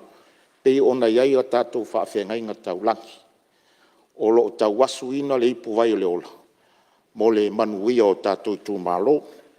A iai la manai fisuia inga laiti fo le peo na ofisilingia la o fionga i le komsina. Ona e optional la le vaenga muli la le tolu, iai vaenga. O le toe fesuia inga o e ua matai, ina ia whaila na whiliwhilinga, i le tūmālo e pālota iai. Ia ona maua lole o le tātianga lea tātou te whelafua ai, o le lola fou lava. Pau a la ufautuanga, la i titi ase pasene o la ufautuanga la ufionga le Ministerial le komsina. Ina ia aua ne iai ni tau whae i tangata pālota. A whai aveai le whautautanga po le tō whamamau lau fionga Ministerial. Mō nei o tātou tangata le fia le stala mai whawhu. O leo te maua leo mu whainga whaile online. Ia lako requirements e ma whai ai ona restala. Ai a whai tātou te tilo lo lātou sao le tamau a inga o Samoa. Remittances le tātou te whai ai. A tonu le tali le tātou te awea i lātou. Tāua na whaila na pālota. Se i tongi mai fo sana ma. Malangona lona leo. A whaila e aluai suanga le wātele lau fionga le Ministerial le komsina. Pau ale si vaenga e watu e lau whautuanga. Aua ne iai se tau whae i e o le aris tala mai whafu. Pe a whai e a toa tino o le tūlafono nei. I leisi ngalu le sauai, ia o le ngalua o le matai ai. Ona iai leo lau fautuanga la ititia, a fai e mawhai ona fai fafo ia tunu i fafo, o lako fingerprints, paula leo stulanga o te awatu, iai au ne e se tau fai e iai la tau, ina ia tā pena i la tau, whasau inga seling, ia tā pena mai nei le taimi o whai ngā pālota, pe a fai, o se whaumanga leo le tula fono, ai a fai fo e mawhai mai fafo, te le la le whasau ina o lo lato tamau a inga mal seling, paua leo le mea watu e se whautuanga, a le tula fono, se lau peseni le langolango inga, nei tu malo a inga le tai tula fono, wha malo tā pena, wha malo foi lo onsa, ia mala ulu i le, lau fionga le komsina, sfuruvalu masina, ia i o tau puno wa. Sauni foi fono whaavai, so soani mai ma tu watu tau au ia o tau lau tau ngā luenga. Le anga i le whai ngofia lau tau ngā luenga, ia o le anganga whaafitai, lea al tu la fono peno o whai atu, ia ua matuata lia le nei tu malo, tasi nei tu malo ua unofo mo titilo la ulola. Te le lopo ai stangata la iai. Ui o lea, lea la whai fōr whaafitauri, ka malo lau fionga le mista, ia mo ngei ngā luenga mātango fie, ia whamanuia lea tua tātou a Palemene lau fionga tamaita i Palemia, ia a o whaatakitali se isi vaenga le tula fono, manuia fono nai tua le mota, lau fionga le fonga o ile taitai le tua ngai, ia ma lau fionga le sui taitai le tua ngai, sa ia le manatu sa whaatakitali, ia ona o le tula fono nei, ia eu i mai le komiti leo te iai, ai o lea, ia langa leo walu tula fono e stulanga whaanatinati, o le ale se e vaenga wha komiti wha Palemene, o moli whaftai lau fionga le fongatalai tu so le avanoa, whaftai a inga le tai lau tau tapua inga, tātou wheiloa i pea, ia tu mau pea le la lunga o ki peona, ia male masina i lunga o vanu airon. Manuia Samoa, manuia tapua inga la mamalu o le malo, malau masiofo, suiao malau whalitua, tā whatolu o i tu whatau ngai o le tātou malo, so i fua mai manuia le whono. Ua whamalo, tau noa, whaftai fo ile, tō whawhaari lau whionga sui whungtalai, ia po lau whionga fo ile sui mamalu mai a inga le tai, ia whaftai mo le whiangaro whaalia ua fo ile, tau whainga o tātou tula whun tō whaofi, ia so swani fo ile whionga Ministerial, mese fo ia o tātou ofisa whainga pālota ua tātou whamoe moe, ia maloa whaftai, ia salo po sisi leifo to tere tato no folo avanoa ia ono ye nisi ua whanoi mai ia ono le ato to malosi tino ia nisi foi ua ye tutuangia ia le malfia tutuangia taua ia le ala le whavanoa i fonftalai mo tato fono ia ai ye whamoi moe o le launga muli foi leo tato tula fono ia ai ye manatu o le a si ia ulia le aso taiao, sa ili malosi fo le taitai o le tuangai, ia wala na sauduanga mo le aso taiao, ia na whaasoro toi fo le whionga le mista, ia whapea fo i mo le soswani, ia ele tuititia lava o tō whinangalo whaalia, ia se whinangalo e whapea le whaongaina, e whaonga uma o tō whinangalo mo tō sauduanga, langa le tapo ia o tō whaiwa o tō tumalo, me lea ia o le a tatia tātou ngā luenga mone aso, ia ai tātou tāsia le aso taiao, ia amtaria ai le tātou whuntanga, i le teitai o le tuangai, i le toi Moses siawa no nisi sui taiao, o le la alafo le tuangai, whaawa o loro tātou ngā luenga. A le nganga whaftai, nei aso, ia o leo tātou tūra lata lava tātou te manawa. Ia, sei tūlai mai lau whionga te na o ta pena mai ai le so fua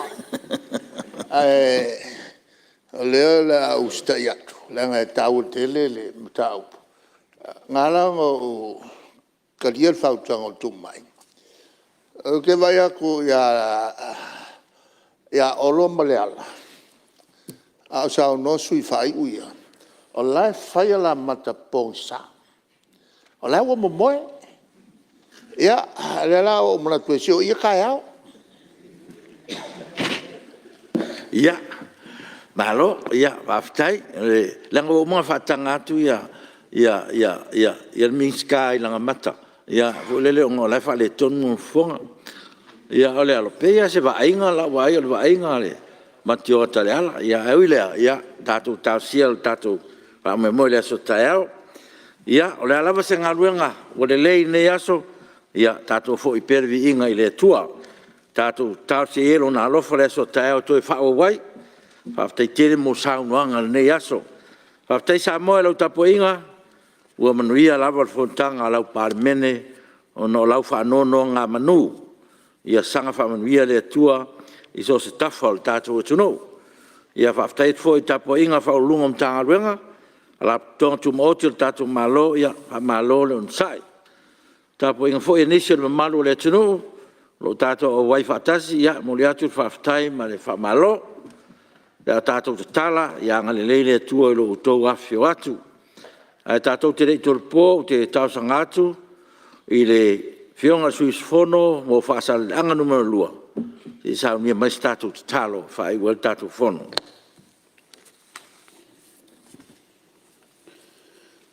no mātou ta mai o i langi ua whaafonga na o whio i tau o manga la mātou Palemene le nei aso. Ma ua mātou taunu mai i le sui ui o ngā luenga whai i le nei aso ma le wha moe moe. Ua mātou toi whaafo i atuai le viinga ma le whaaftai i la o whio o no le nganga sa mafuta mai mātou mai lava i le tai ao se i o mai le nei taimi. Mātou moli atu le whaaftai o na o le malosi fo ina i sui mamalo le nei Palemene ia wā lava le whaatino ino mātou tiute. Mātou whaaftai le ngango lau whio sa musuia a suis fono uma ni sau noa le nei asu. Whaatō whala inga wā tū la fono pe o na mātou talanoina e maise tāpua inga mamalu. Au mātou tū malo malo mātou atunu. Mātou mamoli atu le ngango le whaaftai tele. Ola mātou fautu ua ma tāpe atu yo mātou ainga e maise o ngā luenga o tutoe o le nei aso. Mātou te talo atu ma le nganga. Wha maulalo se ia e teiteina le soifua ma le ola. Sui mamalo le nei Palemene e maise o Samoa o poto. Ina ia mawhai o na taunu manuia. Whio inga i lunga o le ala tele, ia malu pui e yo ao anga le lei. Wha manuia tele le tapua inga si o mātou atunu. Wha fonga tapua i mai e maise o mātou tu malo. Mātou te talo ia e wha manuia, le nei Palemene, mauolo mātou malosi to e wha awa wai ngā luenga o te toi. I le aso a tai ao ma le nei vai aso. Mātou te ole mawala awa tuai nei upu malawa i le ngang o le loto maulalo. O le aso mātou le atotoa, ma so mātou vai. Mātou te talo atu. Wana o lau fio lava e mawhai o na wha atotoaina lo mātou vai. Wha mole ia e lofa wha maangalo ni o mātou wha le tonu. Mātou ole mawala au nei upu malawa. E la atu le suafo lo lava le pelo Jesu Kirisu. Amen. Malo, whaftai.